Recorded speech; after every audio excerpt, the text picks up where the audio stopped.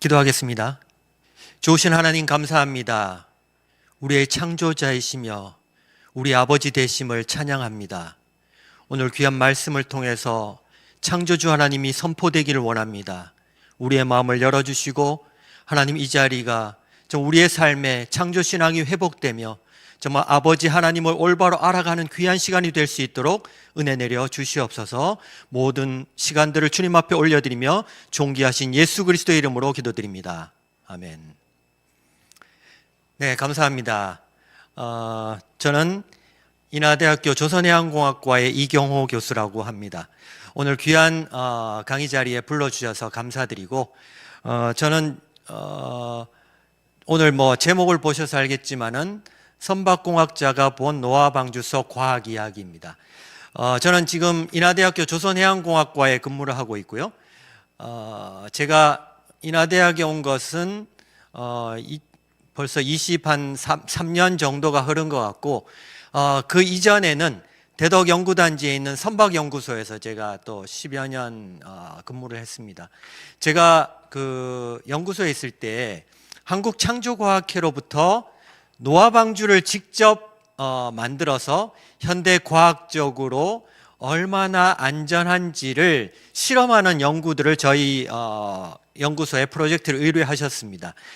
그래서 그때 정말 저는 그때만 해도 창조과학회가 어떤 기관인지 잘 모르고 있었고 그 프로젝트를 의뢰받았을 때 이 창조과학회에서 왜 노아 방주에 관심이 있지? 저는 좀 의문이 많았죠. 근데 그 연구들을 하면서 노아 홍수 사건이 역사적으로 정말 중요하고 창조과학을 설명하는 데 있어서도 매우 중요한 사건이라는 걸 알게 됐습니다. 그래서 근데 그러면서도 저는 모태신앙이고 어릴 때부터 신앙생활을 했지만은 성경에 나오는 노아 방주가 이거를 과학적으로 무슨 설명하고 증명해야 돼? 그거에 대한 의문이 있었던 거죠. 그래서 이 프로젝트를 시작하면서도 이거 정말 결과가 잘못 나오면 어떡하지? 그런 의문들이 많았고 이거 정말 결과가 잘못 나오면 대충 이게 고쳐서 줘야 되나? 그런 마음의 갈등이 하루에 수십 번도 일어났던 게 사실입니다. 오늘 제가 여러분들하고 나누고 싶은 것은 정말 성경에 나오는 노아 방주가 얼마나 하나님의 지혜와 설계로 만들어졌고 얼마나 현대과학적으로 보더라도 안전한지를 오늘 여러분들하고 좀 나누려고 합니다. 그래서 오늘은 여러분들이 그냥 막연하게 들었던 노아 홍수 사건, 노아 방주를 과학적으로 풀어드리고 그 다음에 무엇보다도 중요한 것은 방주의 전문가가 와서 실제로 카더라가 아니라 실제로 저희가 실험을 한 내용을 가지고 여러분들하고 좀 얘기를 하려고 합니다. 그래서 저자가 와서 직접 강의를 하면 원래 이게 조금 비쌉니다. 그런데 제가 오늘은 정말 오늘 제가 여기 오는데 거의 한 2시간 이상이 걸렸습니다. 제가 눈썹이 휘날리도록 왔으니까 제가 열심히 오늘 좀 강의를 해보도록 하겠습니다. 여러분들 잘 귀 기울여 주시고 오늘 제 강의에 제가 지겹지 않도록 좀 쉽게 제가 어떤 인터뷰 중에 방송 인터뷰를 하는데 교수님 여태까지 강의 중에 가장 인상 깊었던 강의가 어떤 거세요? 이런 질문을 받은 적이 있습니다. 그래서 제가 곰곰이 생각해 보니까 제가 한번 어떤 강의를 했는데 한 젊은 전도사님이 저한테 오셔서 교수님 강의 너무 오늘 좋았습니다. 저희 교회에 오셔서 수요일 날 강의를 한번 해주셨으면 좋겠습니다. 제가 강의를 의뢰받았거든요. 근데 이제 거기 좀 시골 교회였는데 갔는데 문을 열고 들어가는 순간 깜짝 놀랐죠. 할머니들 7분이 앉아 계시는 거야. 할머니 7분과 전도사님이 계시는 거죠. 할머니들을 데리고 창조과학 강의를 해야 될 상황이 놓였습니다. 이거 어떻게 강의해야 되지? 그런데 그 1시간이 제 인생의 최고의 강의였습니다. 제가 한마디를 하면 우리 할머니들이 한 10마디를 하십니다. 제가 얘기할 틈이 없습니다. 그러니까 너무 즐거운 분위기에서 한 시간을 너무 쉽게 재미있게 강의를 한 적이 있습니다. 제 인생의 최고의 강의였죠. 오늘 비록 대면 강의가 아니라서 좀 아쉽지만은 제 영상의 강의를 들으시면서도 웃어주시고 또 관심을 가져주시고, 저는 여러분들이 제 앞에 있다고 생각하고 제가 강의를 합니다. 그렇게 좀 오늘 강의를 들어주시면 고맙겠습니다. 자, 이제 그러면 제 강의를 좀 들어가 보도록 하겠습니다. 자, PPT가 제가 넘겨야 되죠? 네, 죄송합니다. 그래서 오늘 아까 선박공학자가 본 노아 방주 속 과학 이야기라고 했는데, 요거를 제가 조금은 바꿨습니다. 선박공학자 그러면 조금 너무 딱딱해서 조선공학자가 본 노아 방주 속 과학 이야기라는 제목으로 이렇게 좀 바꿔봤습니다. 하여튼 저는 인하대학교 조선해양공학과의 교수로 있고요. 한국창조과학회에 지금 현 회장님이 계신데 제가 전임 회장을 역임했습니다. 그래서 지금 온누리교회 장로로 있고, 세계 최초로 우리 아까 말씀드린 대로 노아 방주 안전성 평가 프로젝트를 저희가 수행을 했기 때문에 오늘 그 말씀을 좀 나누려고 합니다. 자, 그러면 창세기의 대홍수는 정말 사실이었을까요? 제가 오늘 강의의 앞부분에 많은 시간은 노아 홍수 사건에 대해서 설명할 겁니다. 노아 홍수 사건이 역사적인 사건이었는지를 오늘 많은 증거들을 통해서 말씀드리고 싶은 거죠. 우리가 창조과학을 얘기하다 보면 그걸 하나님의 창조를 어떻게 과학적으로 증명할 수 없죠. 증명할 수 없는데 많은 과학적인 증거들을 가지고 있습니다. 그래서 그 증거들을 보면서 하나님께서 이렇게 창조하셨네, 그렇게 보는 거죠. 그 많은 증거들 중에 정말 놀라운 증거가 노아 홍수 사건입니다. 노아 홍수 사건의 엄청난 증거들이 이 지구에 펼쳐져 있습니다. 많은 화석과 많은 지층과 이런 것들로 펼쳐져 있습니다. 그래서 노아 홍수 사건이 역사적인 사건이었다는 것들을 얘기하는 게 첫 번째입니다. 그래서 오늘 앞부분에 많은 시간들을 들여서 노아 홍수 사건이 역사적인 사건이었다는 많은 증거들을 좀 여러분들하고 나누려고 합니다. 만일 이게 역사적인 사건이 아니라 그러면 제가 오늘 노아 방주가 무슨 의미가 있고 아무 의미가 없겠죠. 그래서 오늘 그 홍수 사건에 대해서 정말 설명을 드릴 겁니다. 뒷부분은 노아 방주가 정말 하나님의 지혜와 설계로 만들어져서 정말 안전했다는 것들을 오늘 여러분들하고 나눌 겁니다. 정말 그러면 노아 홍수 사건이 창세기의 대홍수가 사실일까? 성경을 보면서 우리가 보는 관점이 있습니다. 그걸 우리는 어려운 말로는 패러다임이라고 얘기하죠. 그 패러다임으로 보면 이 세상에 우리가 이렇게 보면 우리 여태까지의 과학이라는 이름으로 생물도 배우고 물리도 배우고 여러 가지를 하는데, 과학이라는 탈을 쓰고 그런 생물의 진화론이 득세를 해왔습니다. 그러면서 그 모든 것들을 그 잣대에 의해서 우리가 이해하고 해석합니다. 그런데 조금 더 다른 관점에서 다른 패러다임으로 보면 우리가 이렇게 오랫동안 진화되어 왔네라는 그런 관점이 전혀 다르게 해석될 수 있습니다. 우리가 진화되었느냐 창조되었느냐는 아무도 알 수가 없죠. 본 사람도 없고 증명할 수도 없습니다. 그렇기 때문에 많은 과학적인 증거를 가지고 얘기를 해야 되는데, 여태까지는 진화론에서 많은 이 지층과 화석과 이게 진화의 증거야 그러면서 우리에게 제시를 했습니다. 그런데 똑같은 지층과 화석을 다른 관점에서 바라보면 이게 진화의 증거라고 배웠는데 그게 진화의 증거가 아니라 오히려 창조의 증거가 되네, 이렇게 볼 수 있는 겁니다. 자, 그래서 그게 패러다임이고, 우리가 창조과학을 설명할 때 정말 중요한 이 창조과학은 지식의 문제가 아니라 세계관의 문제이고 우리의 어떤 그런 관점의 문제라고 얘기하는 것이 바로 이런 의미가 있다는 겁니다. 그래서 오늘 여태까지 우리가 알고 있는 진화론의 많은 증거들을 좀 더 다른 관점에서, 이 대홍수의 관점에서, 이 창조론적인 관점에서 우리가 그것들을 좀 바라보고 싶은 겁니다.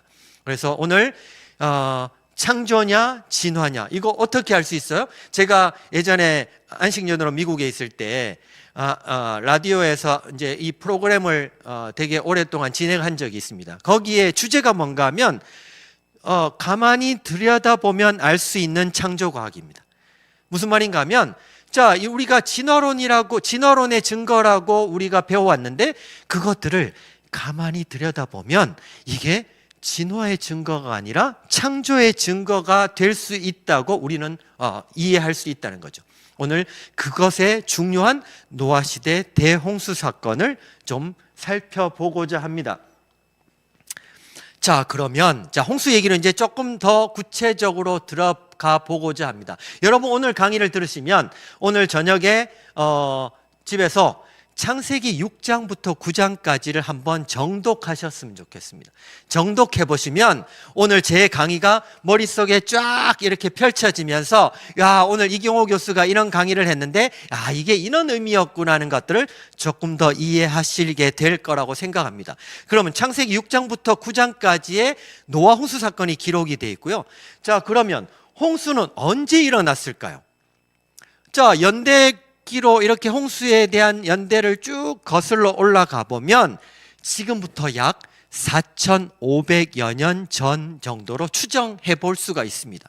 자, 4,500년 전으로 추정해 볼 수가 있고, 자, 그러면 지금 비가 오는데 바깥에 이렇게, 아니면 우리나라 서울에 비가 오는데, 아니면 뭐 인도에 비가 오는데 이 정도의 비가 아니라 전 지구적인 대격변이었다는 겁니다. 엄청난 격변이 있었다는 겁니다. 자, 그것들은 성경에 그렇게 기록하고 있고 뒤에 그런 격변적인 홍수였다는 증거들을 제가 오늘 좀 말씀을 드리려고 합니다. 자, 그러면 규모는 이런 전지구적인 대홍수였다.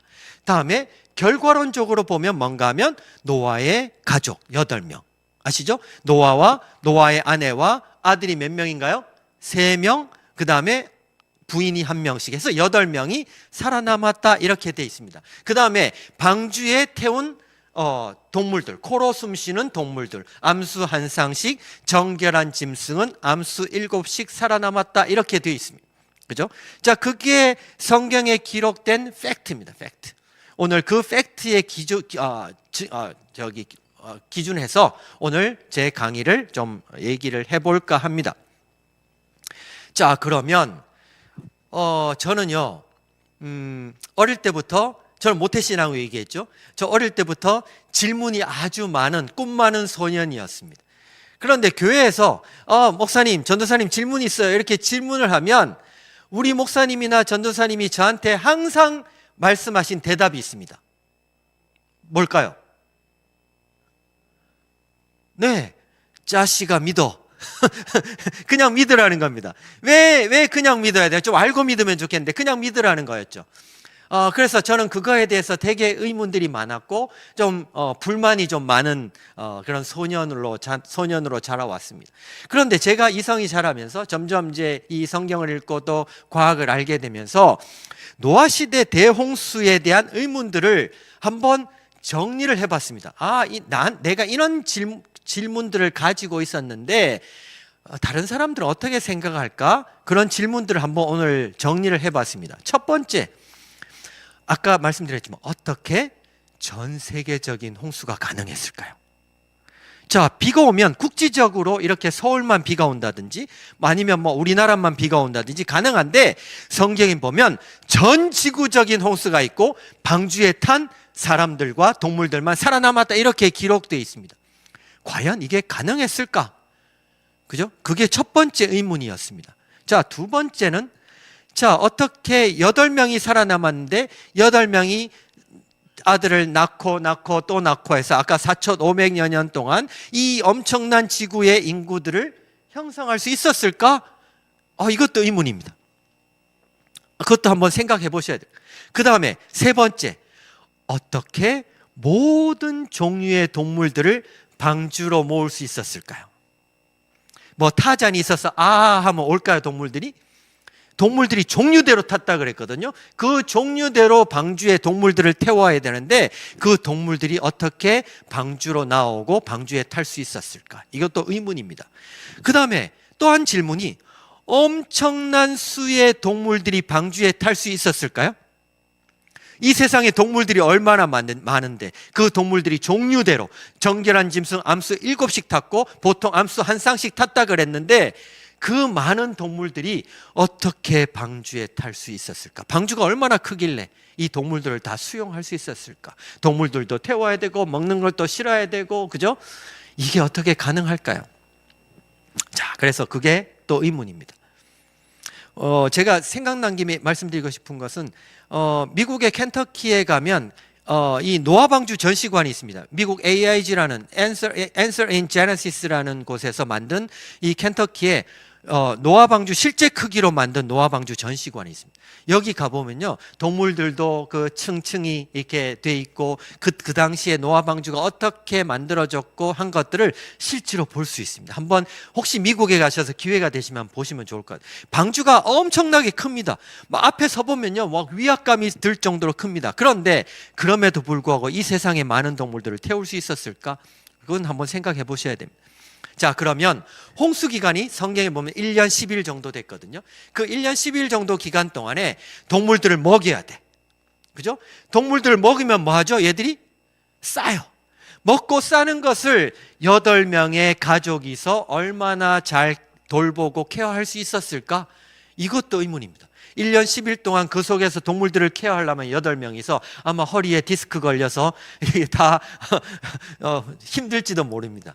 자, 이게 얼마나 이 동물들을 케어할 수 있었을까? 이것도 의문입니다. 자, 그 다음에 조선공학적인 관점에서 봤을 때 방주가 안전해야 되는 거죠. 자, 그날에 큰 기품의 샘들이 터지고 하늘에 창이 열렸다고 기록되어 있습니다. 창세기 6장부터 읽어보시면요. 자, 엄청난 큰 파도와 해일과 이런 지하수가 터져나오고 화산이 터져나오고 격변이 일어나는데 그 파도와 해일 속에서도 방주가 안전했을까? 안전했을까? 한번 생각해 보셔야 됩니다. 이건 누구도 생각해 본 적이 없어요. 그냥 살아남았겠지 정도로 끝나셨겠죠. 오늘 저 뒤에 우리 스태프분들 보니까 웃으시면서 나도 생각 안 해봤어 뭐 이런 표정이신데 아무도 별로 주의 깊게 보지 않습니다. 그냥 그랬거니 정도 생각하셨을 겁니다. 자, 그런데 배가 안전하려면요, 이 3가지를 다 만족해야 됩니다. 첫 번째, 구조적으로 안전해야 됩니다. 자, 무슨 말인가 하면 배가 부러지지 않아야 된다는 얘기죠. 배가 부러질까요? 실제로 철로 만든 태평양을 떠다니는 엄청난 30만 톤 이상 되는 배들이 실제로 부러집니다. 가운데 막 뚝뚝 부러집니다. 물론 우리나라에서 만든 배는 안전합니다. 우리나라 조선기술이 세계 최고의 기술을 가지고 있습니다. 제가 거기에 조선해양공학과 교수입니다. 저는 그런 자부심을 가지고 있고, 네. 자, 그러면 구조적으로 안전해야 됩니다, 배가. 그죠? 그 다음에 두 번째는 보건성입니다. 여러분들 보건성은 아마 우리 세월호 사건 때문에 우리 전 국민들이 알고 있을 겁니다. 배가 옆으로 쓰러졌다가도 파도에 의해서 제자리로 돌아오려고 하는 성질이 보건성입니다. 그죠? 자, 보건성이 없다 그러면 아무리 안 부러지더라도 옆으로 쓰러져서 그러면 어떻게 될까요? 전복되죠. 자, 보건성이 좋아야 되죠. 그 다음에 세 번째는 안에 탄 사람이 쾌적함을 느껴야 됩니다. 파도 치고 엄청난 해일이 있는데 여러분 배를 타면 어떻게 되죠? 멀미하죠, 멀미. 10분만 멀미해도 거의 초죽음 기절합니다, 기절. 그런데 1년 10일 동안 그 속에 있습니다. 40주야 비가 내렸다고 돼 있고요. 자, 그러면 어떻게 됐을까요? 만일 쾌적하지 못했다 그러면 성경은 이렇게 기록했을 겁니다. 방주의 문을 열어보니까 모두 다 죽었더라. 그죠? 만약 이렇게 기록했을 겁니다. 그런데 모두 다 살아남았다. 안에 탄 사람이 얼마나 쾌적함을 느낄 수 있느냐, 이게 되게 중요한 팩터입니다. 자, 그래서 이 3가지를 만족해야지 배가 안전하다고 얘기합니다. 지금 현대 조선공학적인 관점에서 우리가 배에 대해서 실험을 할 때 이 3가지 관점을 다 실험을 합니다. 그래서 저희가 세계 최초로 이 3가지 관점에서, 그것도 세계적으로 공인된 저희 연구소에서 가지고 있는 실험 시설에서 실제로 모델을 만들어서 실험을 한 세계 최초의 연구였다고 말씀드리고 싶습니다. 이 연사 소리 높여 외칩니다. 그거를 누가 했다고요? 제가 했다는 거죠. 만일 제가 그걸 안 했다 그러면 이 자리에 조선공학 이런 얘기를 하겠습니까? 그죠? 그냥 카더라만 얘기하겠죠. 오늘 그 얘기를 여러분들하고 좀 생생하게 오늘 좀 말씀을 나누고 싶습니다. 지금까지 많은 방주에 대한 연구가 기껏해야 복원성에만 초점을 맞추고 있습니다. 그런데 나중에 제가 뒤에 설명을 드리겠지만 방주의 형상으로 보면요, 복원성은 걱정할 필요가 없습니다. 복원성은 그냥 가만히 놔둬도 좋습니다. 그러면 오히려 이 세 가지를 다 만족해야지 안전하다고 얘기할 수 있는데, 그 세 가지 관점에서 얼마나 방주가 안전한지를 오늘 좀 여러분들에게 설명을 드릴 겁니다. 자, 이해가 가시죠? 이보다 더 쉽게 설명드릴 수는 없습니다. 자, 그 다음에 또 한 가지 이제 치명적인 우리 성경에 우리의 발목을 잡는 얘기가 있습니다. 뭔가 하면 살았다 그러면 900살 이상을 사는 장수 기록입니다.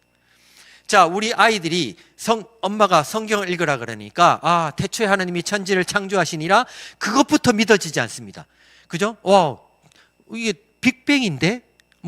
이렇게 배워왔는데 하나님이 태초에 천지를 창조하셨다 그래요? 자, 그럼 그렇다 칩시다. 그러면 넘어갔어요. 그런데 창세기에 보니까 다 900살을 살았어요. 도대체 이걸 어떻게 해석이? 이걸 보니까 그래, 신화야. 이 성경은 신화야. 이렇게 얘기하는 겁니다. 그죠?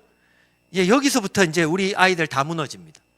자, 그런데 오늘 그 900살 이상의 창세기의 장수 기록들이 어떻게 풀어지는지를 오늘 좀 여러분들하고 잘 설명드리겠습니다. 노아시대 대홍수 사건과 밀접한 관계가 있습니다. 자, 그래서 오늘 이런 제가 고민했던 질문들을 가지고 하나하나 질문을 던지면서 그것들을 풀어가면서 오늘 강의를 진행하겠습니다. 그래서 오늘 제 강의를 마칠 때쯤 되면 아마 이 질문에 대해서 명쾌한 해답이 여러분들 머릿속에 아마 스쳐 지나갈 거라고 생각합니다. 자, 이제 이해하시겠죠? 제가 오늘 강의할 내용들이 이제 파노라마 같이 스쳐 지나가셔야 됩니다. 자, 그러면 저 이경호라는 교수가 창조과학을 얘기하는데 갑자기 노아 홍수 사건을 들고 왔어. 노아 방주를 들고 왔어. 도대체 노아 홍수가 왜 중요한지를 오늘 좀 아셔야 됩니다. 왜 창조과학을 얘기하는 사람들이 노아 홍수 사건을 그렇게 중요하게 생각하는지를 오늘 좀 먼저 설명을 드려야 될 것 같습니다. 자, 첫 번째, 성경적으로 매우 중요한 의미를 가지고 있다는 거죠. 저 사람 당연한 소리를 하고 있네. 당연하죠. 그런데 성경에 기록된 내용들이 우리가 사실로 받아들여지지 않는다는 게 문제입니다. 그죠? 창세기는 역사입니다, 역사. 그런데 그럼에도 불구하고 창세기의 이 많은 내용들을 신화와 그냥 우리의 설화 정도로 받아들여지고 있습니다. 그 다음에 그러다가 보니까 우리가 과학이라고 이해하고 있는 진화론이라는 것들이 거기에 슬그머니 들어와서 우리가 우리 신앙과 슬그머니 합쳐져 버리는 거죠. 그걸 우리가 뭐라고 부르는가 하면 타협 이론이라고 그럽니다. 우리 대학생들, 다음에 우리 신학교의 신학들, 이 모든 것들이 이 타협 이론에 너무나 깊이 들어와 있습니다. 그게 겉으로 보면 그럴듯합니다. 이성적이고 훨씬 더, 제가 창조과학을 얘기하면 저 고리타분한 얘기하네 이렇게 들으시겠지만은 유신 진화론이나 이런 타협 이론을 얘기하는 사람들 얘기를 들어보면 그래, 이성적이고 그럴듯하네 이렇게 받아들일 수 있습니다. 그런데 그게 우리의 신앙에 다 걸림돌입니다. 결국 그것들을 수용하는 순간 유럽의 영국이나 많은 유럽의 국가들, 미국들, 여기에 교회들이 이런 것들을 받아들이기 시작하면서 교회들이 다 무너져 버렸습니다. 그래서 성경적으로 우리가 이 성경의 말씀을 말씀대로 이해하는 것은 정말 중요합니다. 특별히 창세기는 비유가 아니라 설화가 아니라 역사적인 사건이었다. 그래서 노아 홍수 사건이 역사적인 사건이었다는 것들을 우리가 성경적으로 분명히 이해하는 것들이 중요합니다. 자, 두 번째 중요한 것들이 있습니다. 두 번째, 제가 오늘 여기 나온 중요한 이유가 바로 두 번째입니다. 자, 동일과정설과 대격변설입니다. 무슨 말인가 하면 진화론은 동일 과정설에 기초하고 있습니다. 자, 찰스 다윈이 이 종의 기원을 발표하기 전에 이 사람이 어디에 빠져 있었는가 하면 동일 과정설에 심취해 있던 사람입니다. 이게 뭔가 이렇게 오랜 시간, 동일 과정설은 뭔가 하면 지금 이런 지구에 있는 이런 모습들을 보니까 과거에는 이러했을 거야, 이렇게 추정해 보는 겁니다. 과거로. 그러니까 지금 이런 내 눈에 보이는 현상, 이런 것들이, 자, 이게 지금 자동차로 변할 거예요? 변할까요? 안 변해요. 안 변해요. 그죠? 자, 근데 이게 지금 안 변하는 거 보니까 이게 변하려면 10억 년 정도 걸리는데 그 속도가 과거로부터 쭉 변해와서 이게 자동차로 변했을 거야, 이렇게 보는 겁니다. 그러니까 과거로부터 조금씩 지금 현재 변하고 있는 속도와 비슷하게 조금씩 변해와서 이런 지구의 모습을 갖추었네. 이게 바로 동일 과정설입니다. 그러니까 오랜 시간이 걸릴 수밖에 없는 거죠. 그래서 이 찰스 다윈이 이 비글호라는 배를 타고 이 세계를 일주하게 되는데, 거기에 다니다가 이 갈라파고스 군도에 가서 본 게 뭔가 하면 핀치새의 부리를 보게 됐죠. 핀치새가 다양한 부리를 가지고 있네. 이게 적응하면서 이렇게 진화한 거야. 생물들이 이렇게 다양한 걸 보니까 이렇게 진화했을 거야, 이렇게 만든 거죠. 그런데 제가 만일 그 갈라파고스 군도에 그때 같이 갔다 그러면 어떻게 얘기했을까요? 와, 하나님이 이렇게 다양하게 창조하셨네, 이렇게 얘기했을 겁니다. 그러니까 똑같은 걸 보고도 전혀 해석이 달라지는 거. 무슨 말인지 이해하시겠죠? 그래서 이 동일 과정설은 진화론의 기초 이론입니다. 그러니까 진화론이, 이 동일 과정설의 기초에서 진화론이 만들어진, 그죠? 궁극적으로 종의 기원이 나오게 되고 진화론의 기초가 됐습니다. 오랜 시간이 필요한 겁니다. 자, 그런데 대격변설. 그게 아니야. 과거에 이 지구상에 엄청난 격변이 있었고, 그 격변에 의해서 짧은 시간에도 이런 지층과 화석과 이런 것들이 다 형성될 수 있어. 이게 바로 대격변설입니다. 그러니까 대격변을 받아들이면 이 시간이 그렇게 중요하지 않습니다. 굳이 오래 걸릴 필요도 없는 거죠. 그죠? 이게 대격변설. 그 대격변의 가장 중심에 있는 사건이 뭐라고요? 노아 시대 대홍수 사건입니다. 그래서 홍수 사건이 중요하다고 얘기하는 거예요. 그래서 창조과학에서 노아 홍수 사건을 정말 중요하게 얘기하는 거예요. 이 대격변에 가장 기초하고 있는 이론이 창조 이론입니다. 그래서 진화론과 창조론 증명할 수 없습니다. 법칙도 아닙니다. 과학적으로 증명할 수 없습니다. 그래서 이 론입니다. 창조되었을 것이다, 진화되었을 것이다가 정확한 표현입니다. 그런데 저는 창조되었다고 믿습니다. 아멘. 네. 이게 바로 믿음입니다. 믿음의 선포입니다. 왜? 아무도 증명할 수 없기 때문에 그것들은 우리 믿음의 눈으로 바라보는 것밖에는. 그래서 많은 증거들을 우리가 이렇게 제시를 하는 겁니다. 증거를 보면서 이게 더 타당하구나, 더 우리가 이해도가 더 많구나 하는 것들을 받아들이는 겁니다. 이해하시겠죠? 그래서 저희 창조과학회, 저는 오늘 노아 홍수 사건 방주에 대해서 얘기하지만은 진화론의 어떤 많은 과학적인 문제점들, 증거들, 이런 것들 가지고 설명하는 이유가 바로 거기에 있습니다. 자, 이제 두 가지를 분명히 이해했으리라 믿고요. 자, 다음에 예언적으로 매우 중요한 의미를 가지고 있죠. 예수님께서 마태복음에 인자에 나타나는 날에도 이러하리라, 그러하리라, 그렇게 장차 이말 심판에 대한 경고로 노아홍수 사건을 설명하고 있습니다. 그죠?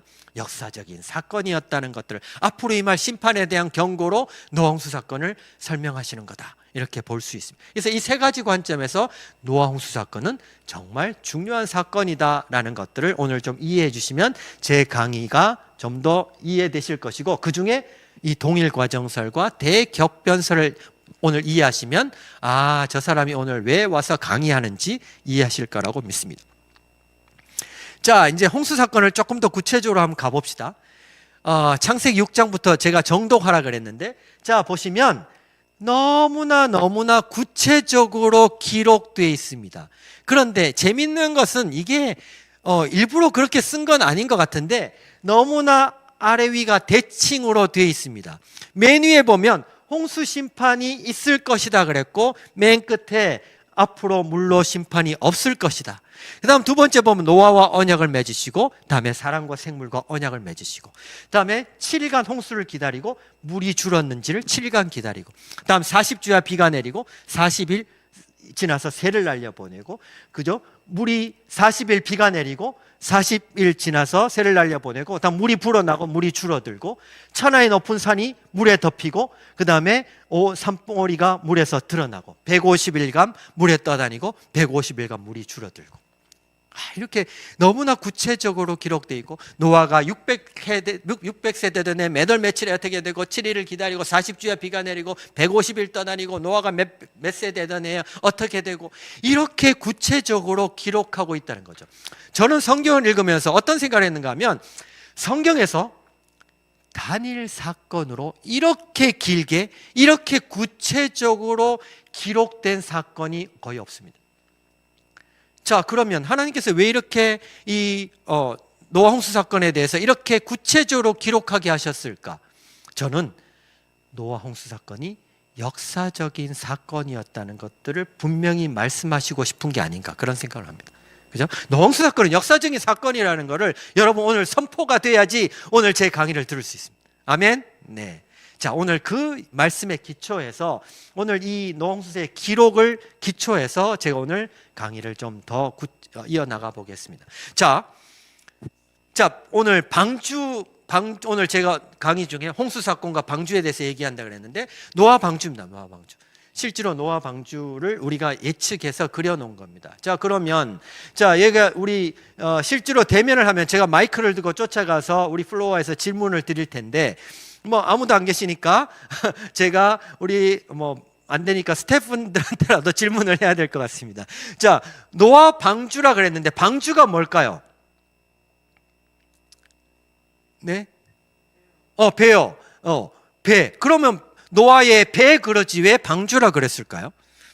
뭐가 방주와 배의 차이가 있겠죠? 그죠? 자, 그래서 우리가 그것들을 먼저 좀 살펴봐야 될 것 같습니다.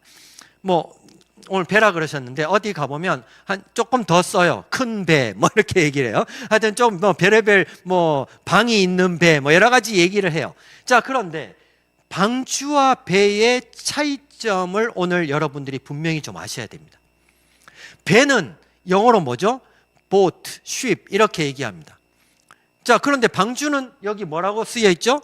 ark라고 돼 있죠. the ark라고, ARK, the ark라고 돼 있습니다.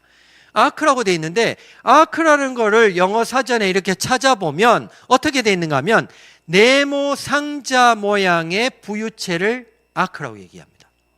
그죠? 네모 모양의 뛰어다니는 부유체. 그래서 여러분들 출애굽기에 보면 모세를 갈대 상자에 해서 나일강에 띄어보냈다 그래요. 그 갈대 상자가 영어 성경에 보면 아크라고 돼, the ark라고 돼 있습니다. 이제 이해하셨죠? 네. 그걸 아셔야 돼. 그래서 방주 그러면 네모 상자 모양의 배. 우리가 아크라고 얘기합니다.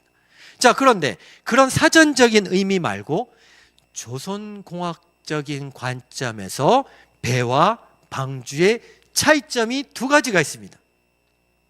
오늘 요거를 잘 하셔야 됩니다. 시험에 나오거든요. 요거를 오늘 잘 이해하셔야 됩니다. 자, 뭔가 하면 첫 번째, 방주와 배의 차이점. 첫 번째, 방주는 배하고 다르게 스스로 움직일 수 있는 추진 능력이 없습니다. 자, 프로펠러가 있다든지 노가 있다든지 이런 게 없습니다. 그냥 물에 떠 있는 겁니다. 이해하시겠죠? 그게 방주입니다. 자, 두 번째, 방주와 배의 차이 두 번째, 방주는 배하고 달리 방향을 잡을 수 있는 키가 없습니다. 보통 우리 배는 키를 돌리면 뒤에 러더가 왔다 갔다 하면서 좌로 가기도 하고 우로 가기도 합니다. 그런데 방주는 그런 키가 없습니다. 자, 그냥 물에 떠 있는 겁니다. 여기에서 심각한 딜레마에 저는 빠졌습니다. 제가 조선공학자인데 하나님의 지혜와 설계로 만들었다 그랬는데 하나님께서 왜 방주를 이렇게 만드셨지? 여기에 의문입니다. 제가 만일 성경에 보면, 창세기에 보면 방주를 만들 때 하나님이 구체적으로 얘기하시거든요. 야, 노아에게 방주를 만드는데 길이를 300규빗, 폭을 50규빗, 높이를 30규빗으로 하고 3층으로 하고, 다음에 어떻게 하고, 위에서부터 창을 어떻게 내고, 그죠? 역청을 바르고, 이런 구체적으로 얘기를 했음에도 불구하고 왜 배를 안 만들고 이런 방주를 만들었을까요? 저는 이거에 대해서 되게 오랫동안 고민을 하고 좀 묵상을 한 적이 있습니다. 그래서 묵상해 하면서 내린 결론 뭘까요? 결론이 이게 하나님의 마음이라는 거예요. 하나님의 마음이라는 거예요. 자, 하나님께서 원하시는 게 뭘까요? 노아에게 네가 할 수 있는 게 아무것도 없다라는 거죠. 노아가 할 수 있는 게 아무것도 없습니다. 노아는 방주 속에 그냥 하나님이 하시는 놀라운 구원의 역사들을 지켜보는 것밖에 없습니다. 그죠? 이게 그래서 우리가 노아의 방주를 생각할 때 그냥 이렇게 멋있게 만들었구나 이게 아니라 하나님의 은혜를 생각하는 겁니다. 그죠? 우리가 은혜로 만일 하나님 은혜가 아니라 잘생겨서 구원받는다? 집에 가서 거울을 한번 보세요. 나는 구원받을 수 있을까? 제 얼굴 보이시죠? 저는 구원받을 수 있을까요? 네. 너무나 긍정을 해주셨어요. 저는 아침마다 거울을 볼 때마다 깜짝깜짝 놀랍니다. 어떻게 사람이 이렇게 생겨 있을까? 진화되었다 그러면 어떻게 이렇게 이 말도 안 되는 거죠. 하나님의 작품이죠, 작품. 그죠? 그런데 그런 걸로 구원을 받을 수 없다는 게 은혜입니다, 은혜. 그죠? 우리가 잘나서 구원받는 것도 아니고, 그죠? 또 있어서 구원받는 것도 아니고, 하나님의 은혜로. 자, 그래서 제가 아까, 목사님께 질문했다 그랬잖아요. 자씨가 믿어 그랬다. 저는, 이거를 깨닫기 시작하면서, 와, 그래. 야, 목사님, 전도사님께서 말씀하신 게 정답이네. 제가 아무리 이런 것들을 공부해서 과학적으로 알더라도 우리가 정말 믿어지지 않으면 어떡할까요? 그래서 믿음이 중요한 거예요. 믿음은 하나님의 은혜예요. 그죠? 이게 믿어지시면 하나님의 은혜예요. 오늘 이 시간 모여서 여러분들 강의를 들으시는 모든 분들은 이미 그런 하나님의 은혜가 있다고 생각해요. 왜? 믿어지니까. 그죠? 믿음이 있으니까. 그래서 이 노아 방주를 앞으로 생각하실 때 하나님의 은혜를 묵상하셨으면 좋겠습니다. 노아 방주는 이렇게 생겼습니다. 네모 상자형으로 되어 있고요. 자, 출입구는 하나 정도로 되어 있고 3층으로 되어 있다 그러죠. 3층. 성경에 보면 3층으로 되어 있다 그랬거든요. 자, 그럼 질문해 볼까요? 자, 공룡은 1층에 탔을까요? 3층에 탔을까요?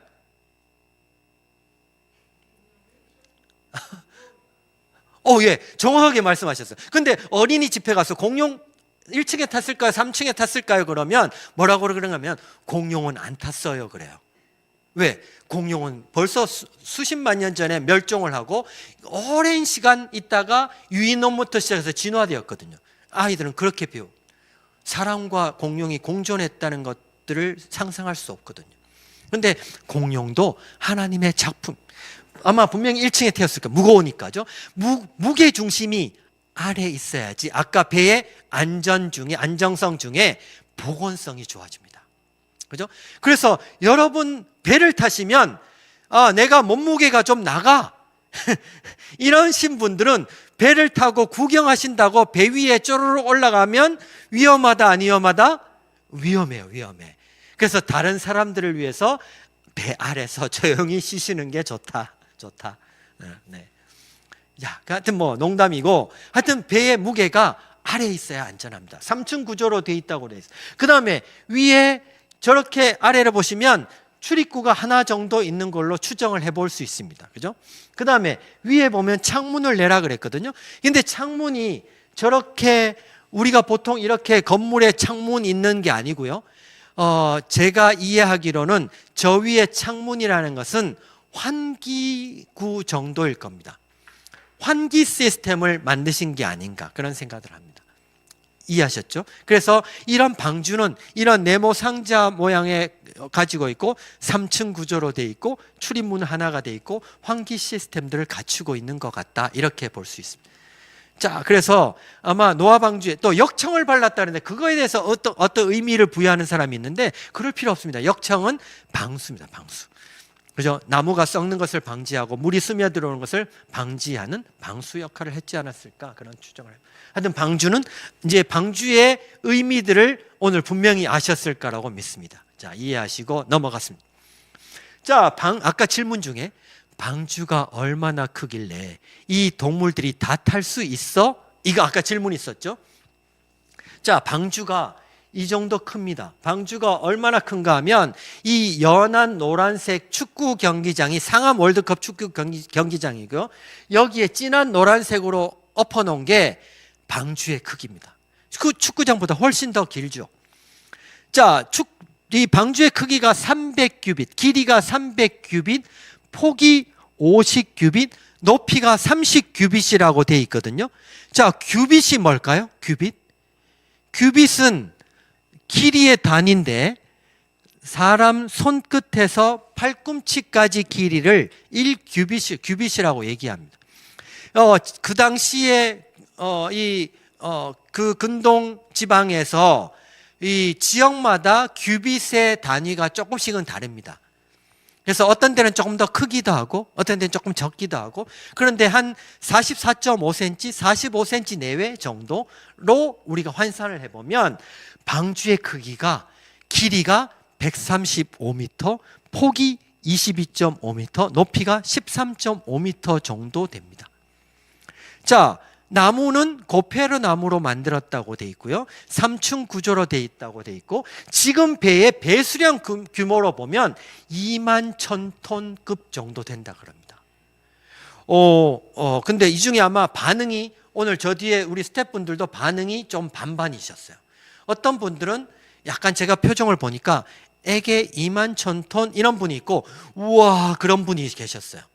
자, 무슨 말인가 하면 지금 배가 한 뭐 30만 톤 이상 되는 배들이 많은데 2만 1,000톤? 어우, 저 그거밖에 안 돼, 이렇게 생각하실 수도 있는데, 이 당시에 2만 1,000톤급의 방주가 만들어졌다는 것은 정말 놀라운 사건입니다.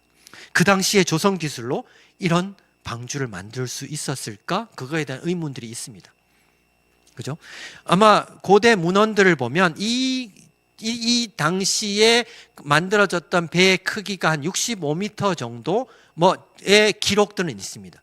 근데 성경에 나온 노아 방주 135m 정도 된다 그랬는데 2만 1,000톤급의 방주가 만들어졌을까? 의문이죠. 우리나라 연근해를 떠다니는, 지금 우리나라 근해만 다니는 배는 한 15,000, 2만, 3만 톤 내외입니다. 그러니까 그 당시에 이 정도의 방주가 만들어졌다는 것은 놀라운 조선 기술입니다. 그죠? 하여튼 의문입니다. 그래서 우리 조선공학과 교수님들 중에, 은퇴하신 여러 교수님들 중에 정말 노아 방주가 그 당시에 조선 기술로 건조될 수 있었을까를 고증하시는 분들도 옛날에 있었습니다. 하여튼 되게 어려운 기술이었을 것이다, 분명합니다.